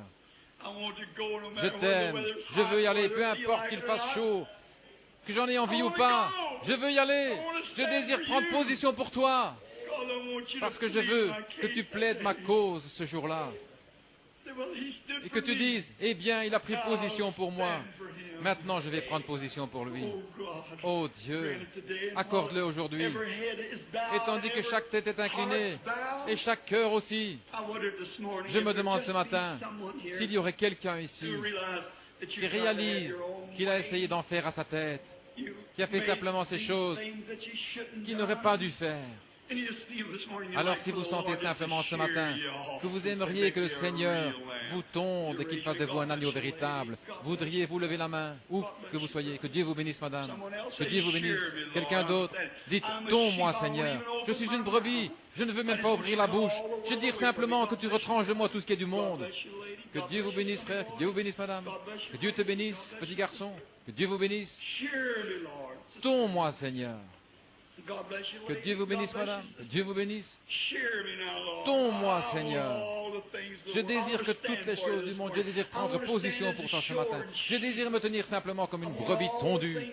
Je veux que toutes les choses du monde soient retranchées de moi. Je désire t'appartenir et que tu m'appartiennes. Veux-tu me recevoir, Seigneur, alors que je lève la main vers toi? Que Dieu vous bénisse, Dieu vous bénisse, Dieu vous bénisse, Dieu vous bénisse, Dieu vous bénisse. Que Dieu vous bénisse, monsieur, madame. Dieu vous bénisse. Que Dieu bénisse mon frère. Oui, que Dieu vous bénisse. Que Dieu vous bénisse, sœur. C'est juste. Soyez simplement honnête. Je désire que Dieu retranche de moi tout ce qui n'est pas tout à fait comme lui. Tout motif égoïste, toute indifférence. Je désire qu'il me tonde complètement ce matin. Je veux être comme lui. Peu m'importe que ce soit des droits ou non, je n'ai aucun droit. Je ne possède qu'un seul droit, c'est de venir à lui. Et il prend le reste. Y a-t-il un pécheur ici qui n'ait jamais confessé Christ, qui n'ait jamais été sauvé, et vous désirez qu'on se souvienne de vous dans la prière ce matin? Voudriez-vous lever la main, mon ami pécheur? Que Dieu vous bénisse. Un autre, levez la main et dites, souvenez-vous de moi, frère Branham. Je ne suis pas chrétien, et je ne sais pas à quel moment je devrais rencontrer Dieu. Et je désire qu'on se souvienne de moi dans la prière en ce moment même, alors que vous terminez. Voulez-vous lever la main, afin que je prie pour vous, que Dieu vous bénisse? Que Dieu vous bénisse, petite dame, monsieur, madame. Quelqu'un d'autre? Je désire. Combien ici sont rétrogrades? Oh, direz-vous, je n'admettrai pas cela, frère Branham. Mais regardez, si cette colombe de la douceur vous a quitté, frère, il y a quelque chose qui ne va pas. Il y a quelque chose qui ne va pas lorsque vous ne pouvez pas vous supporter les uns les autres, lorsque vous ne pouvez pas pardonner à chaque personne du plus profond de votre cœur, quoi qu'ils aient fait, quoi qu'ils aient dit, si vous ne pouvez pas leur pardonner du plus profond de votre cœur, j'ai déjà dit, si vous ne pardonnez pas à chacun ses offenses de tout votre cœur, votre Père céleste ne vous pardonnera pas non plus. Qu'arriverait-il par cette chaleur? Qu'arriverait-il si Dieu vous appelait aujourd'hui? tandis qu'il y a une fontaine ouverte, une église prête, le Saint-Esprit se tenant ici sur le pignon de ce bâtiment, prêt à descendre sur le champ, à revenir dans votre cœur et vous rendre doux et paisible. Qu'est-ce que je dois faire, frère Branham? Devenez simplement un agneau. Le Saint-Esprit descendra immédiatement lorsque vous deviendrez un agneau. Mais si vous avez de mauvais motifs, de mauvaises idées, ou que vous voulez faire à votre tête, que vous n'êtes pas prêt à abandonner cela, alors le Saint-Esprit ne viendra jamais. Maintenant, avec notre tête inclinée, je me demande s'il y a quelqu'un parmi vous qui avait levé la main. Jésus a dit, celui qui écoute mes paroles et qui croit celui qui m'a envoyé a la vie éternelle. Il ne viendra jamais en jugement, mais il est passé de la mort à la vie. Jean 5, 24. Mais maintenant, si vous aimeriez venir à l'autel, agenouillez-vous ici et prions ensemble pour que ce sentiment doux et paisible que vous avez possédé autrefois ou que vous aimeriez posséder vienne à nouveau en vous. Tandis que nous gardons nos têtes inclinées et que nous chantons, il y a une fontaine remplie de sang. Je désire que vous veniez vous agenouiller ici pour prier. Tous ceux qui désirent venir maintenant, agenouillez-vous ici simplement à la balustrade de l'autel.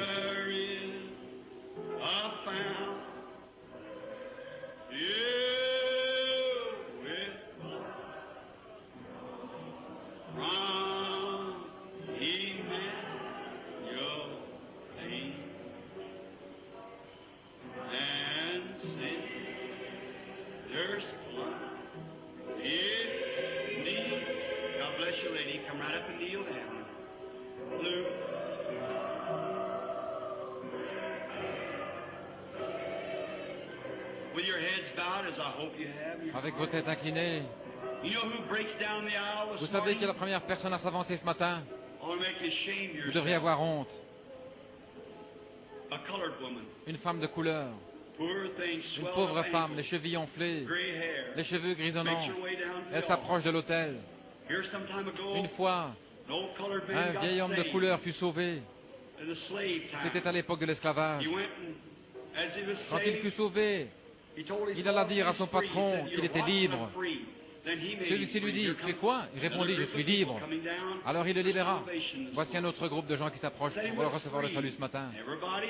Il dit qu'il était libre, que tout le monde soit en prière, alors que le Saint-Esprit traite avec les gens qui prennent une décision. Il a dit, Mose, tu as dit que tu étais libre? Il répondit, oui patron, je suis libre. Si tu es libre, alors je vais te libérer aussi. Va, prêche l'évangile. Lorsqu'il fut sur le point de mourir, beaucoup de ses frères blancs vinrent le voir. Et il leur dit, il pensait qu'il avait été dans le coma. Lorsqu'il se réveilla, il dit, je pensais être parti. Dieu vous bénisse mon frère, agenouillez-vous simplement là. Il dit, je pensais être déjà parti. Il lui dit, qu'as-tu vu, Mose? Il répondit, quand j'ai passé la porte, je l'ai vu. Je suis resté là à le regarder. Un ange s'est alors avancé et a dit, viens, Mose. Tu as prêché l'évangile pendant bien des années. Il y a une robe et une couronne qui t'attendent. Il a dit, ne me parlez pas de robe et de couronne. Je ne veux ni robe ni couronne. Je désire simplement le regarder. Je pense que c'est l'attitude de n'importe quel chrétien. Il y a quelque temps, je me trouvais dans un colisée, ou plutôt un musée non loin de Chicago.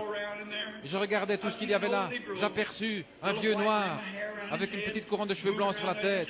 Il se promenait là, son chapeau à la main. Je le regardais. Il regardait à l'intérieur de quelque chose, puis recula brusquement et des larmes commencèrent à couler sur ses vieilles joues. Il commence à prier.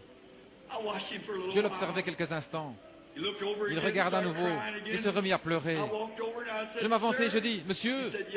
Il dit, oui, mon ami blanc. Je dis, je vois que vous êtes. Qu'est-ce qui vous a tant ému?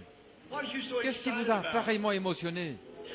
Il répondit, monsieur, si vous pouviez toucher mon côté, vous y sentiriez des cales. Je dis, jadis j'étais un esclave.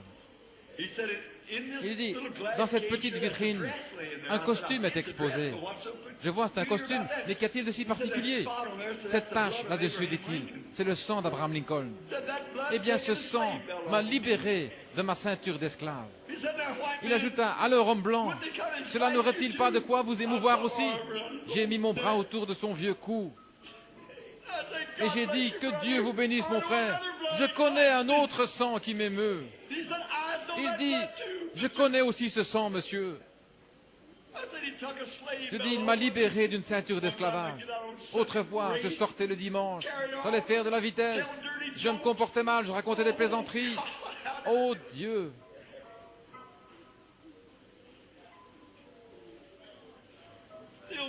Comment ai-je pu faire cela? Il y a encore des cicatrices dans mon cœur à cause de cela.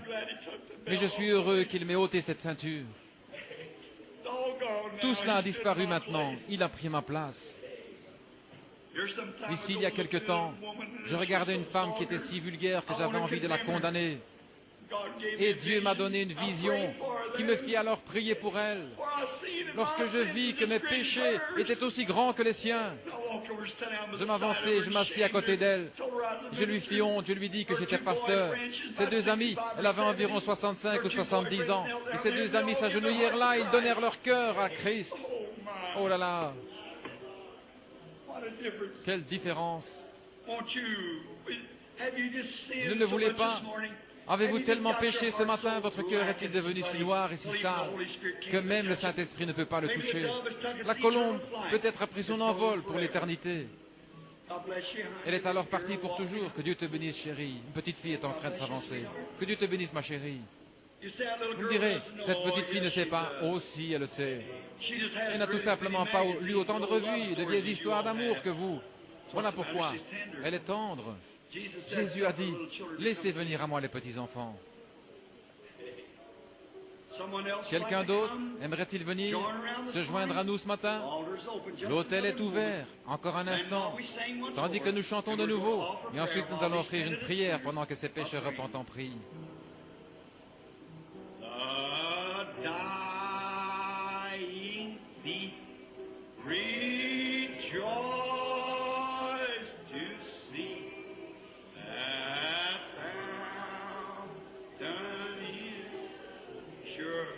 Everything was gone, the poor fellow was finished. And there may I go by as he. Won't you come up now? Ne voulez-vous pas venir maintenant?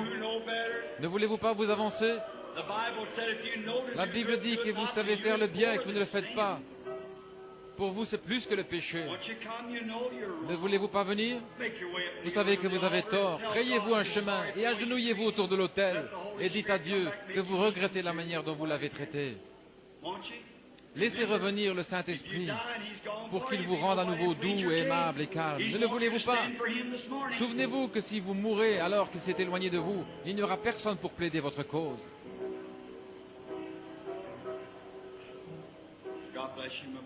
Que Dieu te bénisse, mon frère. Nous attendons. Est-ce tout?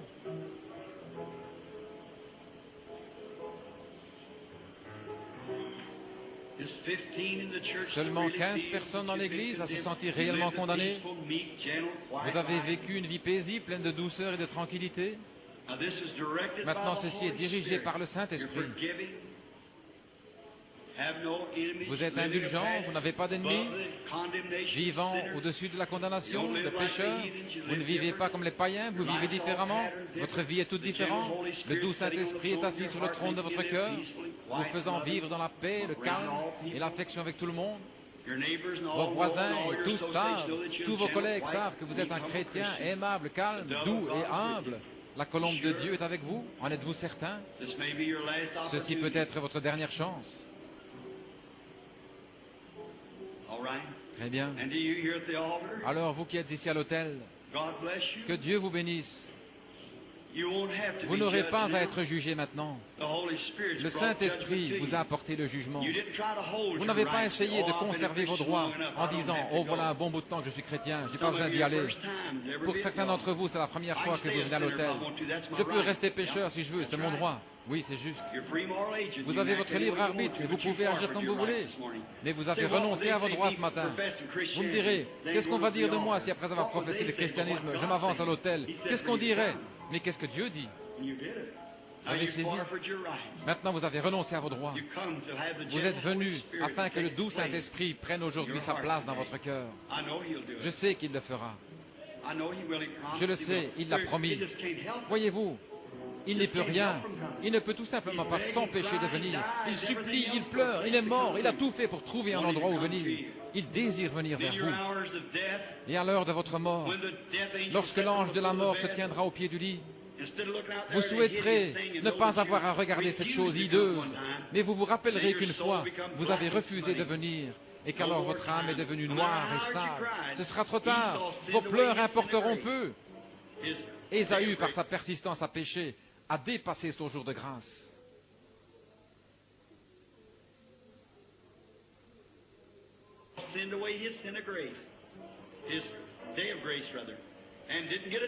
Et il n'eut plus d'autre chance. Il pleura amèrement en cherchant un moyen de mettre cette chose en ordre.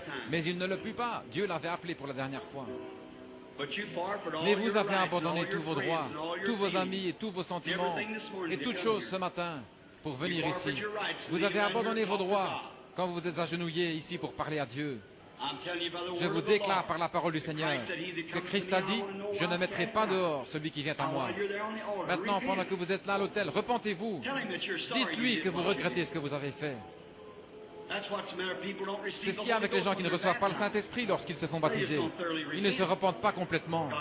Dieu essaye de leur donner le Saint-Esprit. Il désire que vous soyez doux, aimables et calmes. C'est la raison pour laquelle vous vous relevez avec le même égoïsme dans votre cœur. Oh, il se pourrait que vous vous releviez en criant, en parlant en langue et autre chose. Ça ne vous ferait pas avoir le Saint-Esprit. Vous devez vous relever là en étant une personne différente. Vous devez vous relever en étant aimable, calme, doux, humble, avec l'Esprit de Dieu qui habite en vous. L'année prochaine, vous regarderez le chemin parcouru et vous verrez jusqu'où vous êtes arrivé. Voyez-vous, vous gagnez sans cesse du terrain. C'est le Saint-Esprit. Le Saint-Esprit est l'amour, la joie, la paix, la longanimité, la douceur, la bienveillance, la patience, la foi. Maintenant, repentez-vous tout simplement et dites à Dieu que vous désirez cela tout de suite. Il le fera. Toi, fillette, qui est là, ma petite chérie, fais la même chose. Dieu te bénisse. Ta maman se tient debout, les mains posées sur toi. Cette chère sœur de couleur âgée ici, qui s'incline à l'autel, il se peut que vous ayez dû manger du pain de maïs et de la bouillie de maïs. Il se peut que vous ayez dû vivre dans une ruelle, pour autant que je sache, sœur, que Dieu bénisse votre cœur. Il y a un palais préparé pour vous dans la gloire ce matin. C'est vrai. En regardant vers l'autel, je vois une femme aux cheveux grisonnants, une jeune femme la tête inclinée, une femme aux cheveux tout blancs. Oh Dieu! Je vois des hommes qui s'agenouillent et plusieurs autres ici. Repentez-vous simplement. Dites-lui que vous regrettez. Dites-lui que vous ne le ferez plus jamais. Par sa grâce, à partir d'aujourd'hui, vous mettrez un terme à tous vos différends. Vous voulez être doux et paisible. Vous voulez être humble et aller là où il vous conduit. Et lorsque les gens diront quelque chose, peu importe si ça a l'air juste, vous allez abandonner les droits que vous avez de parler de votre prochain. Vous allez parler de Jésus. Vous allez simplement faire ce qui est juste. Vous ne sortirez pas en ayant l'air d'un meurtrier. Vous ne sortirez pas pour vous jeter sur l'innocent. Et vous voyez cette manifestation d'héroïsme par de véritables chrétiens. Et vous désirez être comme eux. Vous n'aurez besoin de le dire à personne que vous êtes chrétien. Si vous en êtes un, on le verra simplement et on le saura. En vous entendant parler, vous êtes scellé à l'intérieur. Maintenant, alors que vous humiliez votre cœur, repentez-vous. Dites à Dieu que vous regrettez et que vous ne le ferez plus. Vous avez honte de vous-même et de la façon dont vous avez agi. Et ensuite, je prierai pour vous. Et je crois qu'à ce moment-là, la paix s'installera dans votre cœur. Tout simplement, une paix comme un fleuve qui coulera dans votre âme. Il se peut que vous ne criez pas, il se peut que vous ne parliez pas en langue, il se peut que vous ne sautiez pas. Mais vous quitterez l'autel avec quelque chose en vous. Quelque chose en vous qui vous ancrera à la vieille croix rugueuse aussi longtemps que vous vivrez. Maintenant, priez en même temps que moi. Confessez vos fautes. Notre Père Céleste, étant d'indignes créatures, cette salle chaude où l'on transpire ce matin, cette étuve. Mais, ô Dieu, tu l'as fait sortir par nos pores. Le Saint-Esprit est descendu et a convaincu les gens qu'ils étaient dans l'erreur et qu'ils péchaient. Leurs esprits étaient arrogants. Ils étaient devenus hostiles, indiscrets, des je sais tout, ne voulant pas se repentir, ne voulant pas pardonner aux gens. Ils ne voulaient pas le faire. Mais aujourd'hui, le Saint-Esprit a pris la parole de Dieu, l'a placée dans leur cœur, doux, et a dit, maintenant veux-tu revenir au point où tu en étais la première fois que tu es venu à l'autel, et que tu aimais tout le monde, et que tu m'aimais d'un amour impérissable. Alors lève-toi simplement et viens à l'autel. Et ils l'ont fait, Seigneur. Et je te prie maintenant de sanctifier leurs pensées, Seigneur. Sanctifie leur cœur. Rends-les doux et paisibles. Puissent-ils maintenant se relever de cet autel après s'être repentis, d'avoir abandonné leur vie et retourner chez eux. Peu importe ce qui arrive, si votre mari, votre femme s'énerve, ou bien le voisin, ou un collègue de travail, ou un associé, je serai simplement doux comme une colombe. Après tout, la vengeance t'appartient. À moi la rétribution, dit le Seigneur. Combien nous en sommes rendus compte, Seigneur. Restez simplement tranquilles. Soyez doux. Voyez Dieu descendre directement vers ses agneaux. Bien sûr, certainement. Ce bon berger a donné sa vie pour eux. Il descend jusque vers ses brebis. Et il les guidera. Malheur à celui qui se mettra en travers de leur chemin. Malheur à celui qui dira une seule parole contre elles. Il a dit qu'il vaudrait mieux qu'une meule soit suspendue à votre cou, que vous soyez noyés dans les profondeurs de la mer. Leurs anges contemplent sans cesse le visage de mon Père qui est dans les cieux. Ô Dieu, ce que vous leur faites, c'est à moi que vous le faites. Ainsi, ô Dieu, je désire être doux. Je me place aussi sur l'autel ce matin. Non pas ce matin, mais chaque matin et chaque jour. Je veux être paisible, doux et semblable à Jésus. Accorde-le, Père. Aide-nous à être ainsi maintenant. Fais rouler sur nos âmes ces infinies vagues d'amour.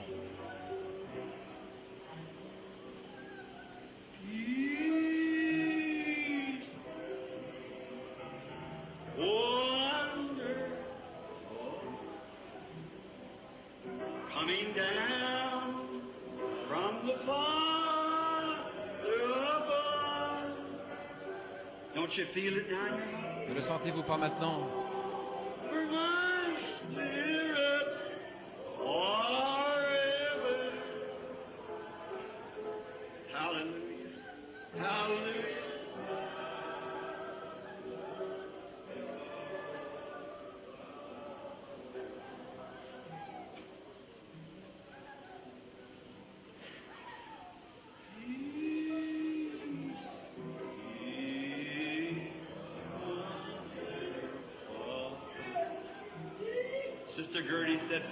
Sœur Gertie a dit de dire à toute l'Église qu'elle se sent aussi condamnée, mais elle fait du piano à son autel.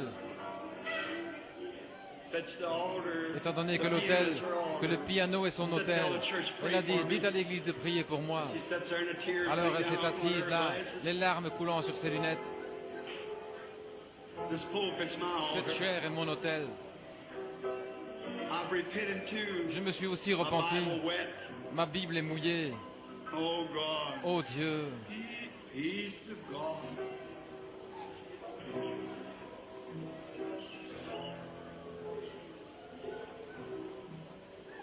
Coming down from the Father above.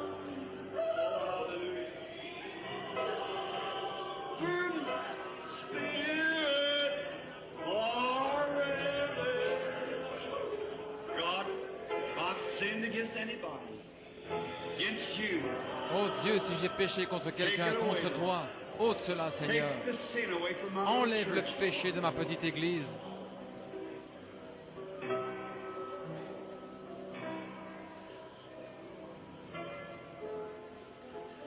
How many can just feel that Combien God peuvent sentir que forgive Dieu you? leur a And pardonné the dove of peace et que la set on colombe your de heart paix again. s'est à nouveau She flew posée back sur just votre now. cœur? Took up her place. Elle vient de revenir et a repris sa The Holy place. Spirit just moved back and said, "Child Le of Saint-Esprit vient tout juste de revenir et il a dit, mon enfant, j'ai toujours désiré t'aimer, mine, you just wouldn't let me do it. mais tu ne me laissais I pas can't faire. dwell with your old Je ne peux pas selfish demeurer spirit. avec ton vieil But now esprit you've égoïste. surrendered it, I'll come back to Mais your maintenant que heart. tu l'as abandonné, je suis revenu dans ton cœur ce matin. Combien se sentent ainsi? Levez la main. Levez la main, c'est ça, Oh, that's tout autour de l'autel. how many out in the audience feels that Combien way? dans l'assistance ressentent la même chose?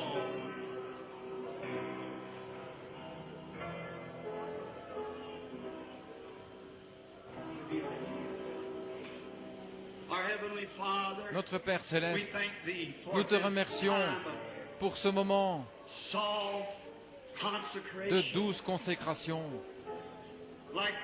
C'est comme si on prenait une pomme dans la main et qu'on la broyait, qu'on l'écrasait jusqu'à ce qu'elle devienne molle. Si molle qu'un petit bébé pourrait s'asseoir et la manger. C'est ainsi que nous voulons que nos cœurs soient, Seigneur. Prends-le dans ta main qui porte la cicatrice des clous. Écrase-le en disant, mon enfant, ne vois-tu pas que tu m'as blessé? Tu m'as blessé lorsque tu es sorti de tes gonds. Tu me blessais. Oh, mon cœur a saigné pour toi, mon enfant, lorsque je t'ai vu faire telle et telle chose. Mais maintenant que j'ai ton cœur dans ma main, je désire le rendre vraiment doux. Je désire le rendre de telle façon que je puisse l'utiliser et y vivre. Je désire revenir sur le perchoir ce matin. Je désire revenir et demeurer, faire ma demeure en toi. Accorde-le, Seigneur. Nous t'aimons. Accorde-le pour ta gloire. Nous le demandons dans le nom de Jésus.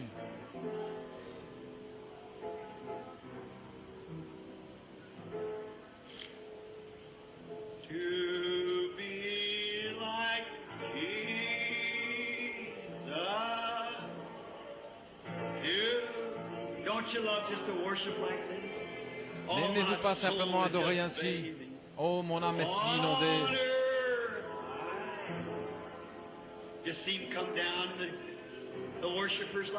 Le voir descendre ainsi dans les adorateurs, vous sentez une réelle douceur dans votre cœur.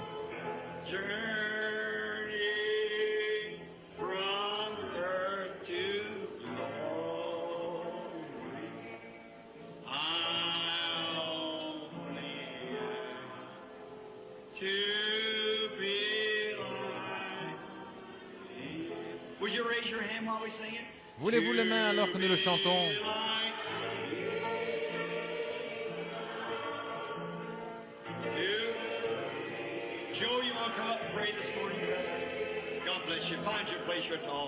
Que Dieu vous bénisse.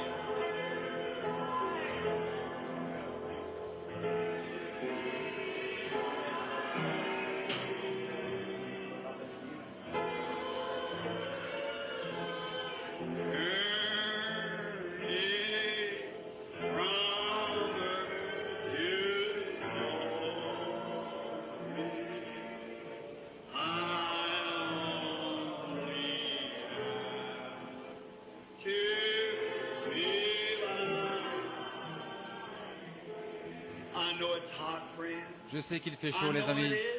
Je le sais. Mais j'espère que vous vous sentez comme moi. Oh, je me sens comme si je pouvais m'envoler. Comme il est affectueux. Que pourrais-je faire? Où irais-je?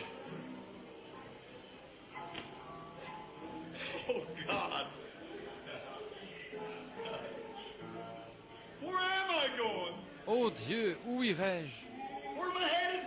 Où est-ce que je me dirige?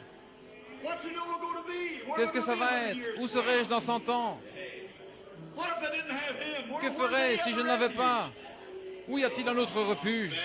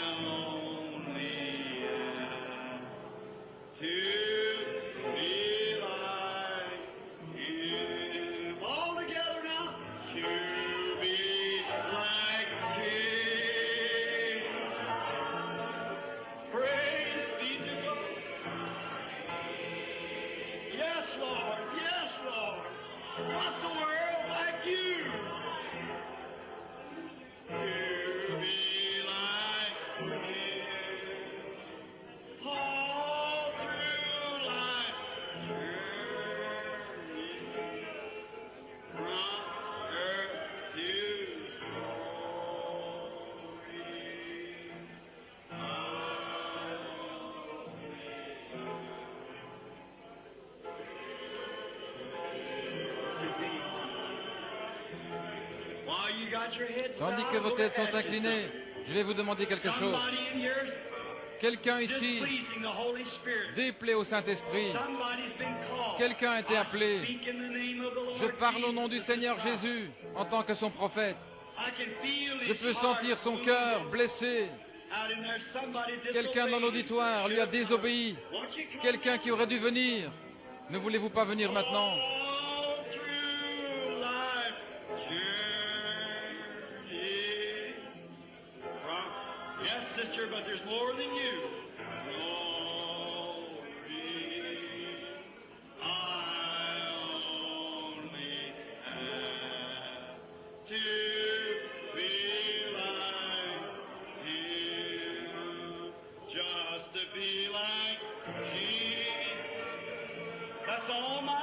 C'est mon seul désir.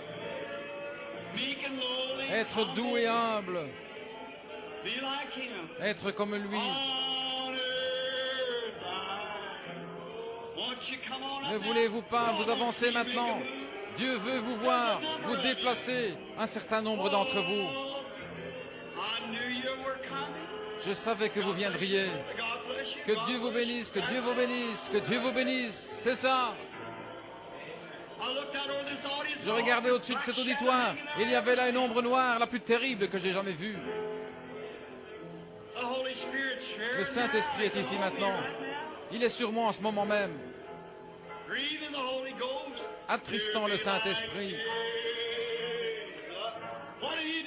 Qu'a-t-il fait? Il est allé là où le Père l'a conduit. Que Dieu vous bénisse mon frère, que Dieu vous bénisse mon frère. C'est juste, venez, agenouillez-vous.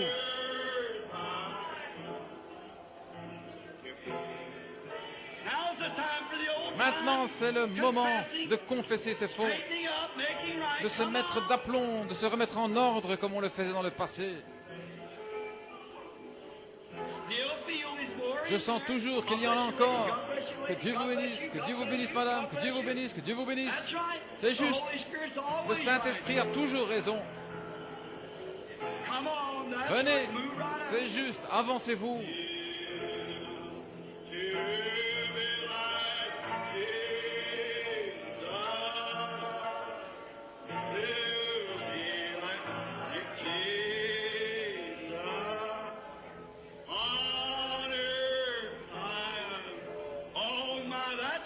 Oh là là, c'est juste.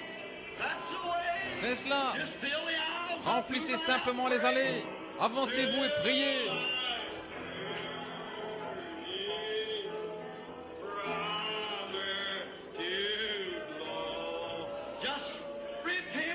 Repentez-vous simplement. Dites à Dieu que vous regrettez.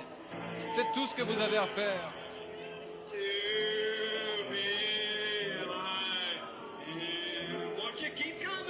Ne voulez-vous pas continuer à venir maintenant? C'est juste.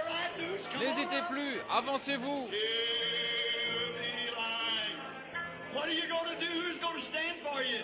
Qu'allez-vous faire? Qui va prendre position pour vous? Peut-être ce soir. Qui va prendre position pour vous lorsque la mort vous saisira par la manche? Peu importe ce que vous avez fait, le Saint-Esprit se trouve tout près de vous. C'est lui qui désire que vous veniez.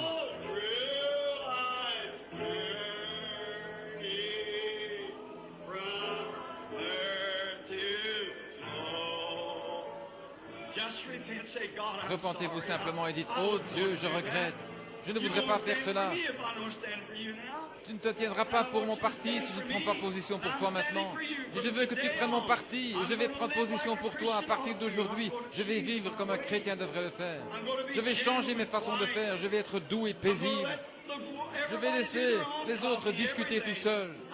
Je vais simplement vivre doux et paisible devant toi. Peu importe combien de temps vous professez être un chrétien et à quelle église vous appartenez, ceci n'a rien à voir. Approchez-vous donc. Dieu vous bénisse. Avance-toi, mon enfant. Dieu vous parle maintenant. Si vous croyez que je suis son serviteur, le Saint-Esprit m'a parlé ce matin et m'a dit: fais cet appel. Il y en a beaucoup qui sont là. C'est aujourd'hui le jour, c'est le moment.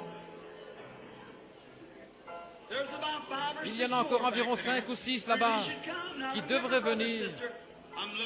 Maintenant, souvenez-vous, frères, sœurs, je suis en train de vous regarder. Je vois ces ombres noires juste au-dessus de vous.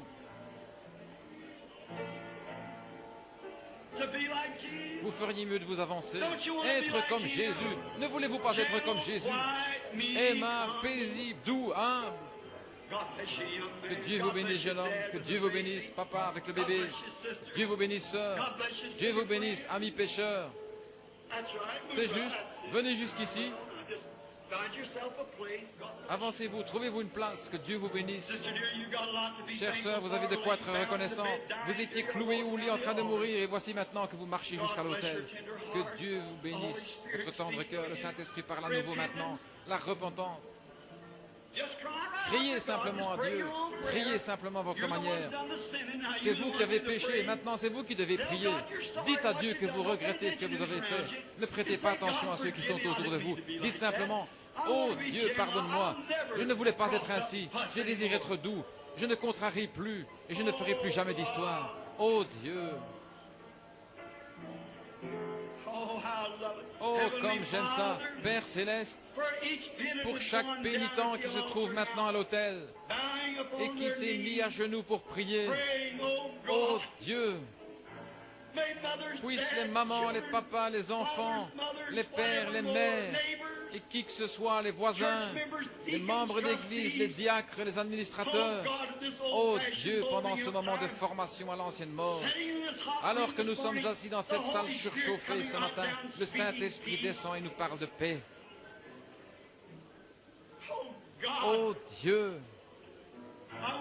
je veux être présent ce jour-là pour t'entendre dire doucement, oui, tu t'es avancé et tu as pris position pour moi. Maintenant, je vais prendre ton parti. Oh Dieu, je désire que tu mettes cette paix dans chaque cœur qui se trouve ici ce matin. Je désire que tu le fasses tranquillement et doucement. Je désire que tu entres là avec un sentiment tel qu'il ne les acquittera plus jamais dorénavant. Puissent les foyers être renouvelés. Puissent les gens être de nouvelles personnes. Que toute chose devienne nouvelle aujourd'hui, parce que les gens se sont humiliés. Tu as dit, si le peuple qui porte mon nom s'humilie et prie, alors j'entendrai des cieux. Maintenant, je sais que tu le fais ce matin, ô Dieu, et je demande pardon pour ceux qui sont demeurés assis alors qu'ils auraient dû venir. Ô Dieu, parle-leur, et puissent-ils ne plus jamais avoir de paix sur terre, jusqu'à ce qu'ils aient pris cette décision, Seigneur, de venir se mettre en règle avec toi. Accorde-le, Seigneur. Bénis chacun maintenant. Que ta bonté et ta miséricorde demeurent à jamais sur chaque âme repentante qui s'est pliée, qui s'est courbée dans cette église ce matin. Ô divin Père, j'ai fait ceci selon ton ordre. J'ai appelé ces gens. Ils se sont levés. Tu as dit, celui qui rendra témoignage de moi devant les hommes, je rendrai témoignage de lui devant mon Père et les saints anges. Beaucoup parmi ceux-ci sont des chrétiens depuis des années, mais ils se sont tenus debout ce matin pour témoigner de leurs péchés et de leurs mauvaises actions. Ils sont devenus impossibles à aimer. Le Saint-Esprit s'est retiré d'eux. Et bien des fois, ils ne peuvent pas sentir ce sentiment de bonté, de douceur, d'humilité qu'ils devraient ressentir. Beaucoup étaient des pécheurs qui sont venus pour la première fois, mais au Père, ils veulent ce merveilleux sentiment, la paix qui surpasse toute intelligence. Donne-la-leur aujourd'hui, Seigneur Dieu, et puissent-ils tous ensemble être aimables et remplis de ton esprit, alors qu'ils quittent cet endroit aujourd'hui pour aller vers leur demeure respective, vivre une vie différente et être des personnes différentes. Nous demandons ceci au nom de Christ.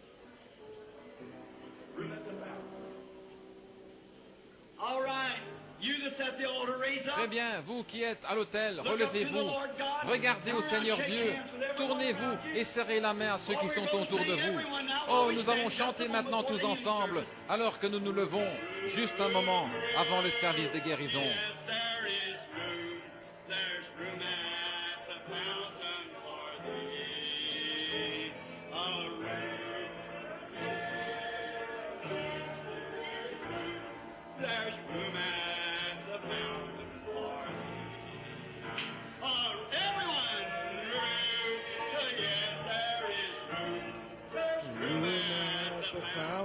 For me, oh, there's room, room, yes, there is room at the fountain. Praise it out.